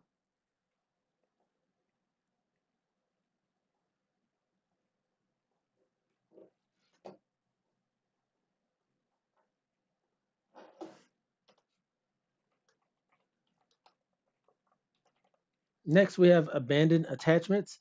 2 mana, 1 generic, and is it hybrid color? Instant lesson. You may discard a card if you do. Draw 2 cards. Yeah, this is 4.5. This is really good. Just low investment, high upside. Take it all day.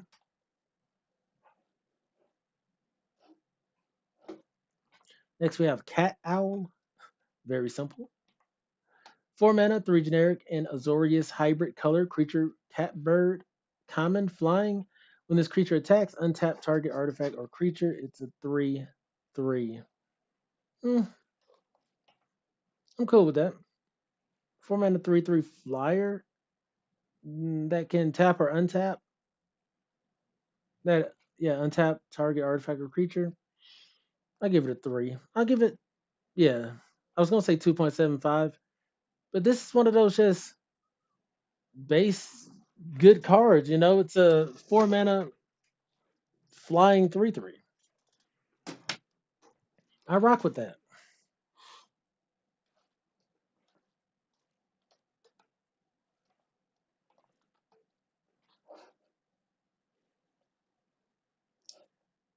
Next we have Pretending Pox Bearers. Yikes! I didn't know that was a thing. 2 mana, 1 generic, and uh, white black hybrid color. Was it Orzov? Creature, human, citizen, ally. Common. When this creature dies, create a 1/1 white creature token. It's a 2/1. So that's what I'm saying. Like if you compare cards like this with other cards that say like you get value from creatures dying, you're gonna be happy. I'm gonna give this a 3. I think this is something just steady. Honestly, in any black or white deck is gonna be a good 2 drop. Blocks, attacks, leaves a creature, synergizes with sacrifice strategies. That's what we want. Next, we have Vindictive Warden.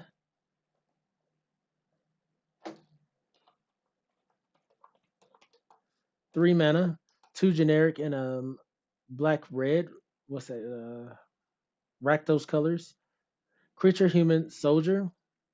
Common, menace, firebending 1. And you can pay 3. This creature deals 1 damage to each opponent. It's a 2/3. Okay. So say you're able to firebend for like 6 in multiples of 3. This pings in multiples of 3. That's nasty. I'm gonna give it a 3 because a 3 mana 2/3 with menace though. They gave upside to pretty much. They're giving so much upside left and right.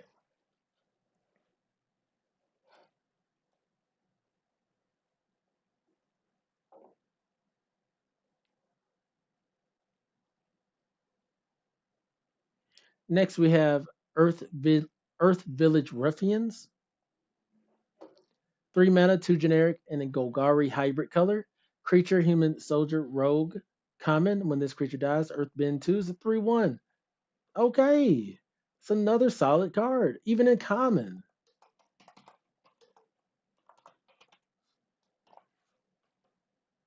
We give it a 3.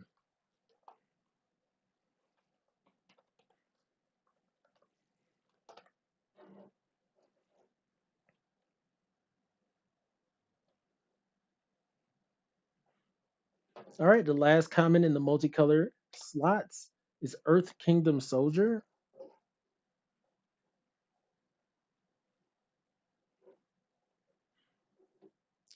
5 mana, four generic, a green and a white vigilance. When this creature enters, put a 1/1 counter on each of up to two target creatures you control. 3/4. 5 mana, 3/4 vigilant. Okay.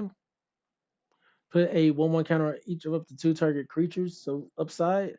And it can put, it doesn't say other creatures. So this could be a 5 mana, 5/6 with vigilance that can give the 1/2 counters to other things, including like flyers or whatnot.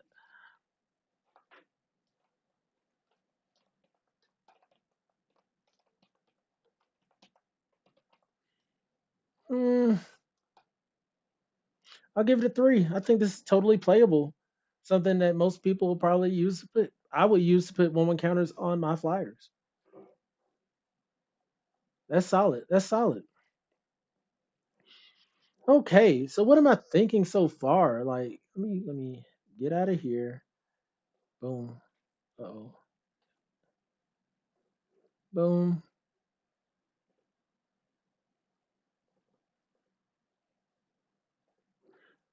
Overall, just from my initial impressions, I'm super excited for this set, especially for limited.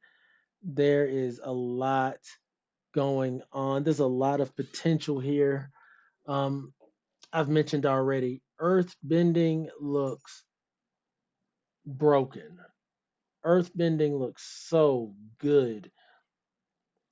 Put put 1/1 counters on the things, attack with them, block with them. Oh, wait a second. Wait a second. You can combo or synergize the earth bending with sacrificing things because you won't lose your land.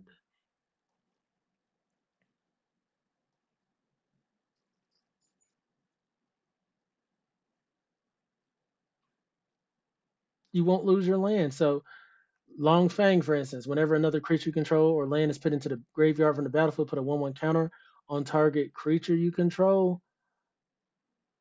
So, you. Hold on. Am I tripping? Let me see. Let me see. Let me see. Yeah, it still dies. So your land is a creature. It dies. You put a 1/1 counter on something. Your land comes back as a land. You earth bend it again.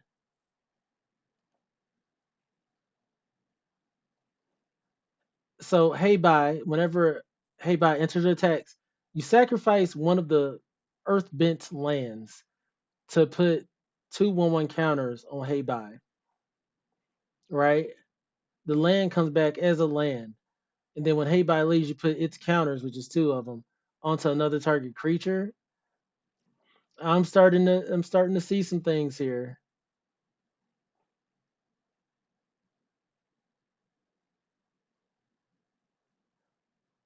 And this is just the beginning. Like this is why I wanted to review the set early. So I can be like, okay, cool. What synergies are there that I wasn't seeing before? The Diley agents, for instance, Earthbend 2. I mean basically Earthbend 1 and Earthbend again. Generates two creatures to basically sacrifice that you can get the lands back with. I gotta sit down and just kind of really brainstorm on the possibilities. But Earthbend seems to be really strong, and maybe Earthbend with a combination of airbending to bounce things. You get what I'm saying? Like you play this, you bounce it, get another set of Earthbending going. But yeah, earthbending seems to be super strong. Allies seem to be really, really strong, like overwhelming if you can really do it up. Like especially with something like Sokka, Tenacious Tactician.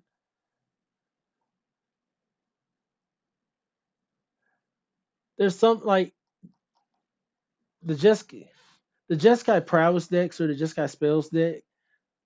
It's just gonna need a lot of good instant sorceries and ways to kind of, I guess, get them back from the yard. So if you're running Sokka and your good instant sorceries, you're probably going to want to run your Professor Zai to go with them. Okay, I'm going to take a quick break. I got to run my dog outside, and then I'm going to come back. I'm going to um I'm going to review the artifacts next. I want to review the artifacts, and then I want to review land availability, and then I'm going to consider going into the monocolor cards. So stay tuned.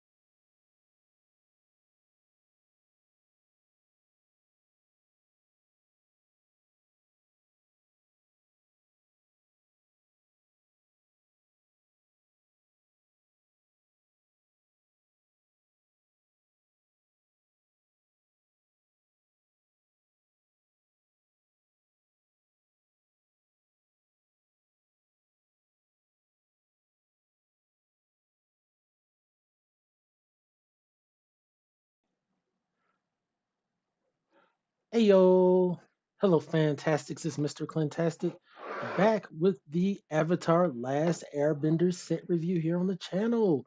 If you enjoy my content, please be sure to like, follow, and subscribe. So I know you're out there. I really appreciate the support.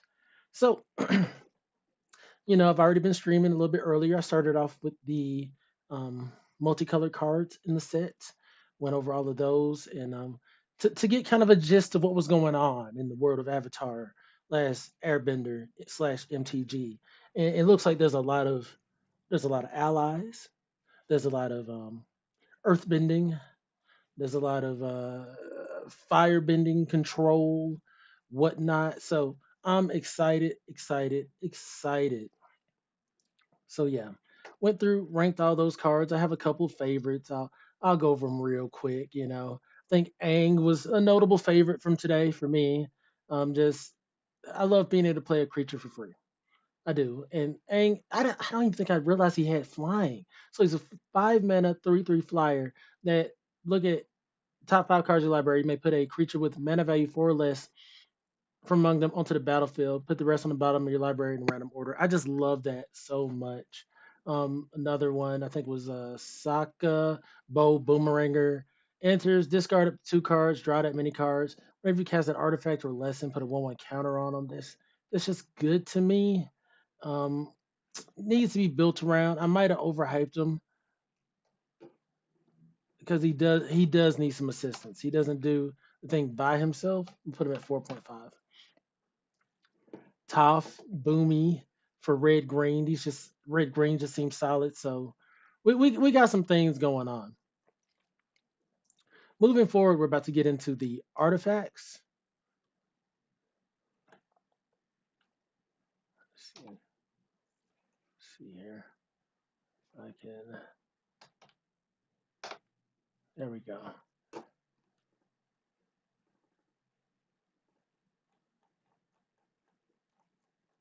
And we're gonna start with a notable favorite from what I've seen on social media. The Walls of Ba Sing say 8 mana legendary artifact creature wall mythic defender. Other permanents you control have indestructible. It's a 0/30. For limited, am I overly excited for this card personally? No.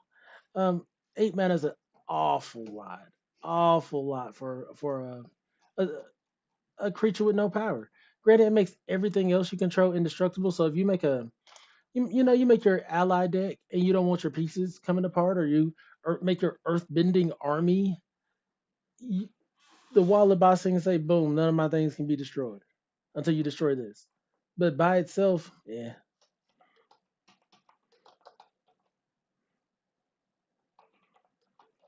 Say this is the only thing you have out on the board, and I have a board of 1/1s, 5/1/1s. I just get 4 on you every turn because you can't stop me. I'm gonna have to give this. I'm gonna have to give this a 1. If someone plays it and makes it good, I'll just eat my words. But in limited, I don't think this is gonna be any good. Even in commander, I'm like eight's a lot. You have you have 8 mana Ugin that can just exile everything like what 7 and below that's multicolored or has a color at all. You have Cityscape Leveler. You have Portal to Phyrexia at 9. You have a variety of Eldrazi's that can come in and put belt to bottom. So uh, I'll probably try to run it to see if I like it, but nah, nah, it's flavorful. Cards can win flavor without being good. Like this hits the flavor on point. Is it good or bad yet? I don't know. I don't know. But for limited, I'm putting that up to moving on. These cards are so nostalgic that I can just dwell on them.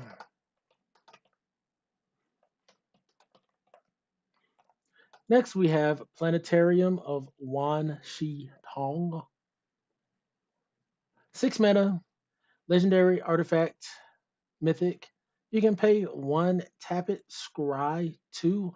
Whenever you scry or surveil, look at the top card of your library. You may cast that card without paying its mana cost. Do this only once each turn.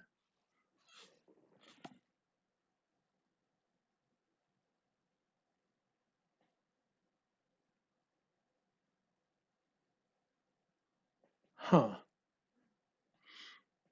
No immediate value. So for 6 mana, you get nothing. 6 mana, you get nothing. The next turn, or for 7 mana, you can possibly play something for free.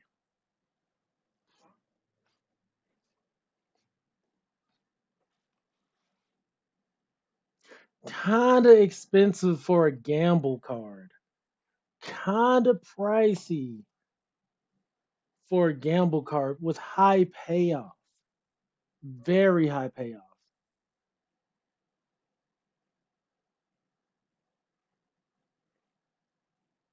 Unless you're playing like tutus. I'm gonna put it at a 2. I think it's too much of a gamble. You really have to rely on luck to a degree to get your thing. I mean, you get to scry, of course. That's cool, but at the same time, I don't know. It's too much of a gamble instead of just being the thing that beats the face.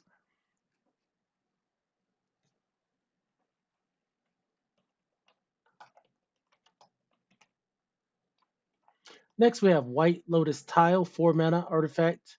Mythic. This artifact enters tapped. You can tap it, add X mana of any one color, where X is the greatest number of creatures you control that have a creature type in common. So you might better use this for your ally deck and whatnot. I'm putting it at a 2. It just comes in and does nothing. Like that's not what I want. I want the card to come and do something.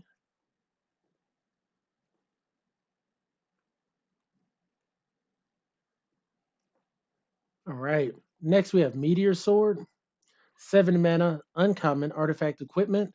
When this equipment enters, destroy target permanent. Equipped creature gets +3/+3, and you can equip it for 3. Okay.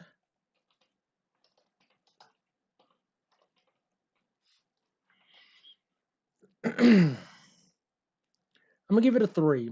It's a little too expensive for me to think it's just broken, but being a 7 mana destroy something, what is that? It's the basic artifact from Commander that does it. I can't remember the name. Not Cityscape Leveler, but yeah. 7 mana, ETB, destroy target permanent, just any permanent, and then equipped creature gets 3/3. It's not bad.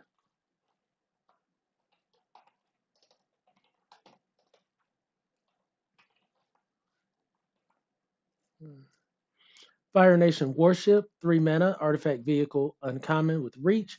When this vehicle dies, create a clue token. It crews for 2, it's a 4/4.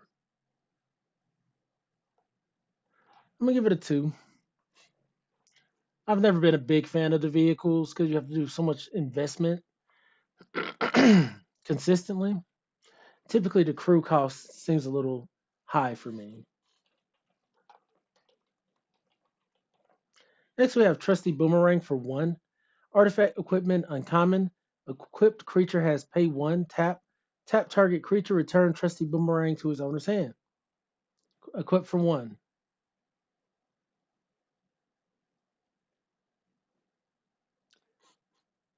A flavor win for sure. I'm gonna put it at a 2. I'd rather my interactive plays really just get rid of something. But if you're trying, oh,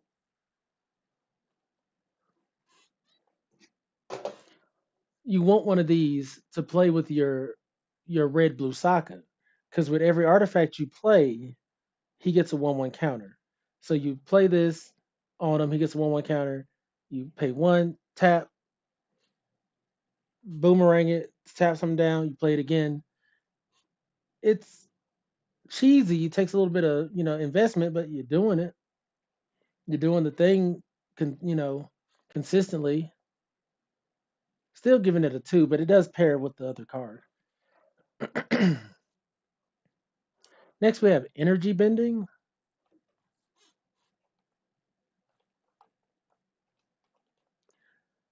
2, it's a lesson and it's instant. Lands you control gain all basic land types until end of turn. Draw a card. Instant 2 mana draw card.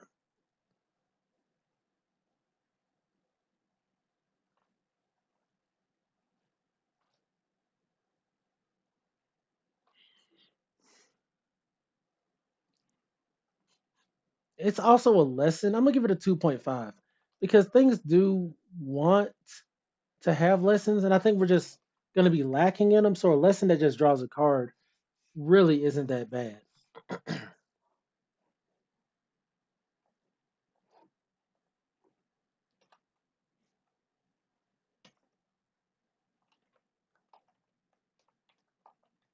Next, we have Kyoshi Battle Fan, 2 mana, artifact equipment, common. When this equipment enters, create a 1/1 white ally creature token, then attach this equipment to it.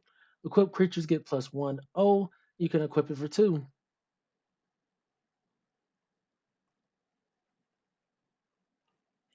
Like these, I'm gonna give it a 2. These are just cards, just things.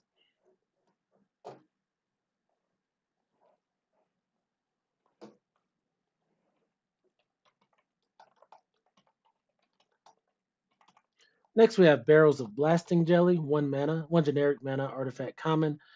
You can pay 1 mana, add 1 mana of any color, activate only once each turn. You can pay 5, tap, sacrifice this artifact, it deals 5 damage to target creature.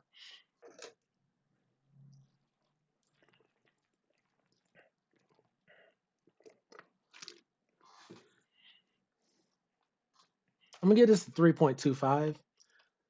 On the surface, I would think I wouldn't like this card, but I think we're gonna see Barrels of Blasting Jelly everywhere. I think it's gonna be so common to see it.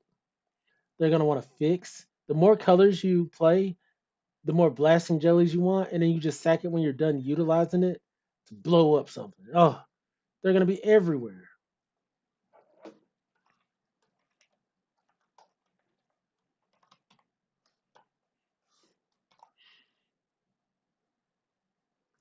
Bender's Water Skin, 3 mana, 3 generic mana, artifact, common. Untap this artifact during each other player's untap step. Add 1 mana of any color. That's what I meant when I brought up the turtle earlier. The green blue turtle, there's going to be some kind of artifact that taps immediately, no summoning signals or whatnot, to give you a mana of any color. And this untaps on every turn. And it's common.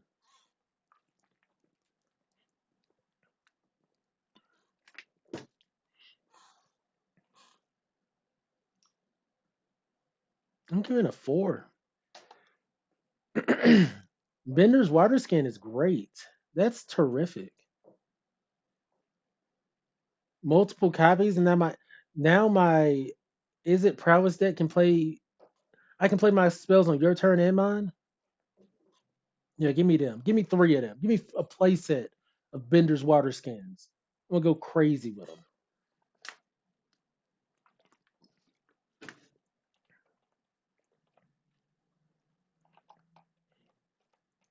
Next, we have Aang's Journey, 2 mana, kicker 2, which you may pay an additional 2 as you cast this spell. Search for a basic land card.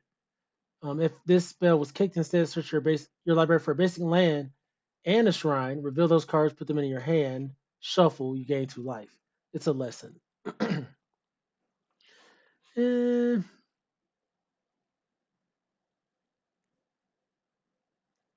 it puts the card into your hand. I'm gonna give it a 2. I'm not a fan. I think maybe in the right deck it could go up, but right now I'm just not impressed. We got a 5 mana instant lesson common in Zuko's Exile. Exile target artifact, creature, or enchantment its controller creates a clue token. I don't like that. I don't want to give them anything. I don't want to give them anything. And it's 5 mana. I'm giving it a 2. Okay. Overall, artifacts, I feel like we had a couple of impressive artifacts, one of which being even though I didn't give it a high rating, the trusty boomerang, if you are playing it in those whenever you play an artifact deck, this gets really, really, really good. Um, to the point where, I mean, if you have multiple creatures, enough mana, You could probably play this multiple times in a turn and tap things down. How much you want to do that, I don't really know. Um, the other one was barrels of blasting jelly was really good to me. Is really good, especially for your multicolored decks. I'm gonna pay one, get the color I need whenever I need, and then now that I'm done using this barrel of blasting jelly, boom. And last but not least, Bender's water skin. Untap this artifact during each other player's untap step. So my mana's just constantly untapping on you. That's just really good to me. All right, let's go over the lands. Uh, I'm not gonna really. I guess should I rank the lands?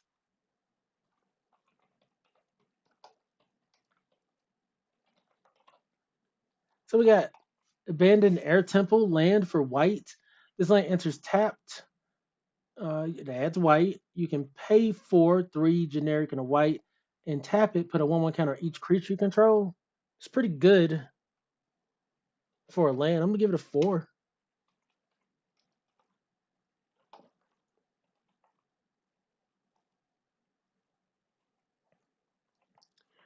Agnaquella land enters tapped. Rare. Add a blue.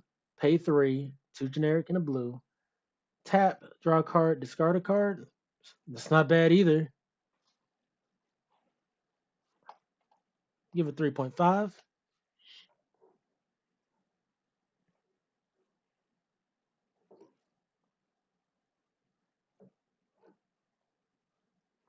Next we have Realm of Ko. Enters tapped.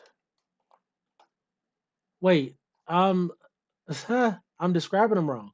They enter tapped unless you control a basic land.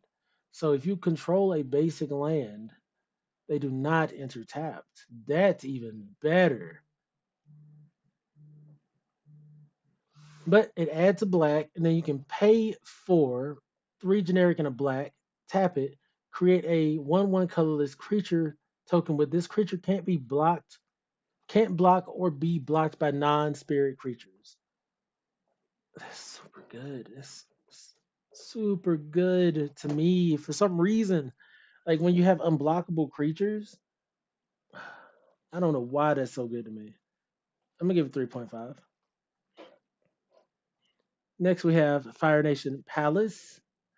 Land enters tapped unless you control a basic land. Adds a red or mountain, however you want to describe it.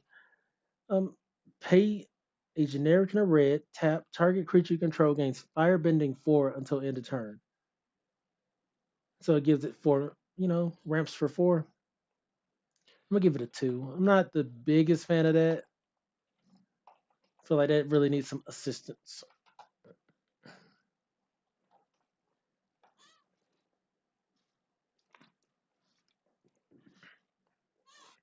Then we have Ba Sing Se. Enters tap unless you control a basic land. Add a green, and you can pay two and a green, two generic and a green. Tap Earthbend 2. Really good. 3.5.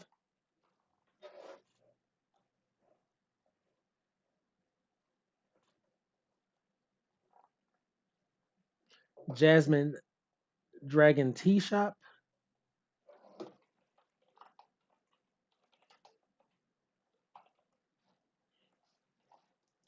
You can add a generic or tap, add one mana of any color, spin only to cast an ally spell or activate an ability of an ally source. You can pay 5, tap, create an ally. It's pretty solid. I'm gonna put a 3. I'm gonna give it a 3.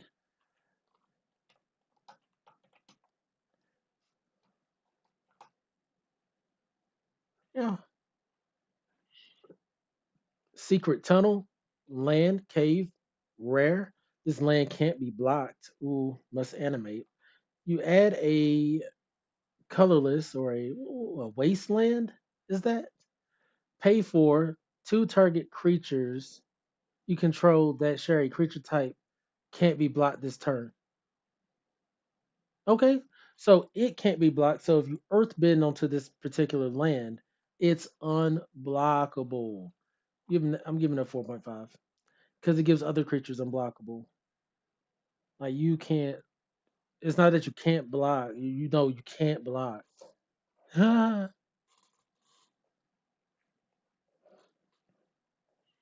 Next we got White Lotus Hideout.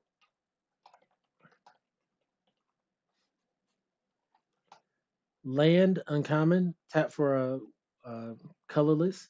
Add 1 mana of any color. Spend this mana only to cast a lesson or shrine. And pay one. Tap. Add 1 mana of any color.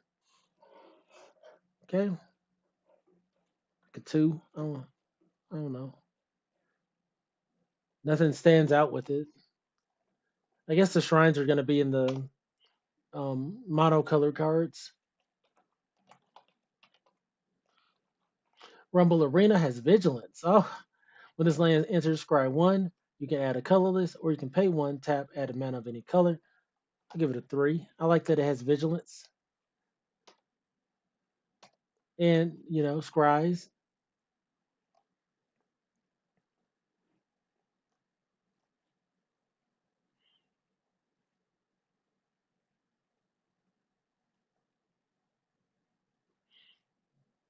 So all of these dual lands do the same thing. They're all dual lands that enter tapped that pay for, sack, draw a card, which I think is excellent. I'm gonna just put a category here, the dual lands, and put 3.5. I think they're all just great being dual. It kind of sucks that they come in tapped, but at the same time, later when you need that extra resource, you can sack the land and draw a card. And oh my goodness, if you earth bend onto these, make them creatures, sack them, draw a card, you get the land back.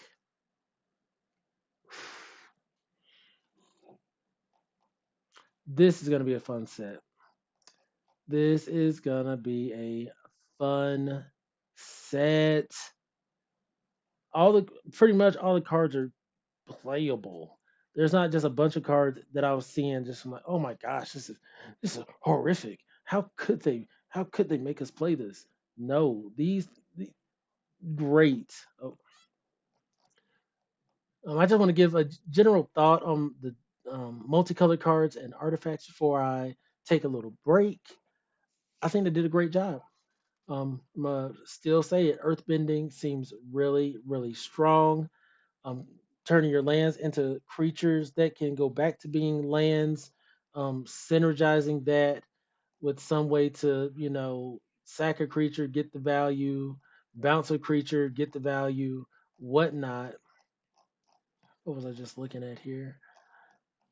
Oh yeah, I was just looking at the dual lands. Like I said, you earth bend onto these dual lands, sack them, draw a card, and still get your land back, and possibly trigger something else that says whenever you sack something, put a 1/1 counter on something or X, Y, and Z. Now this is limited, and the mana cost of your deck is going to matter a lot. You're not going to be able to stack too many, like say for instance, 5 drops that I was so hype about earlier. You're not going to want to stack a bunch of 5 drops in your deck because that's going to limit you from playing your earlier plays and whatnot. So you're going to have to layer your deck right to make some of these things pop once you get to the 5 mana, 4 and 5 mana slots. But there's a lot of just good 2 and 3 mana plays that I think we're going to see left and right. So allies is an archetype. Earthbending is an archetype. It seems like lessons or prowess ally art is an archetype. Um, I wouldn't call firebending an archetype. I wouldn't say that firebending is much of an archetype. It's just assistance. Hmm. So allies, earthbending, prowess to a degree seems to be the prominent archetypes unless I'm missing something. Because firebending just is adding mana, so it depends on the card you're using. But if I'm going into this limited format and I'm like, okay, cool, what am I trying to play? It honestly seems like either earthbending or allies. And honestly, if I could do both somehow, I'm really gonna be in business. So yeah, that's a lot of talking. That was a lot of cards, and I still have so many more cards to go over. If I'm gonna go over white, black, blue, red, and green. How long has this stream been? About 2 hours. Okay. I'm gonna take about an hour long break. Just kind of rest myself, maybe 30 minutes. Then after that, I'm gonna begin on the white and the blue cards at least, and maybe try to get through the black cards, and then possibly this evening wrap up. So if you enjoy my content, please be sure to like, follow, and subscribe. Help the channel to grow in the future. And I'm gonna still be here. I'm gonna wrap up this draft that I got going on Arena. I'm just gonna yeah, not be talking for a little bit. All right. Let's see. Let's see. Let's capture. Video capture.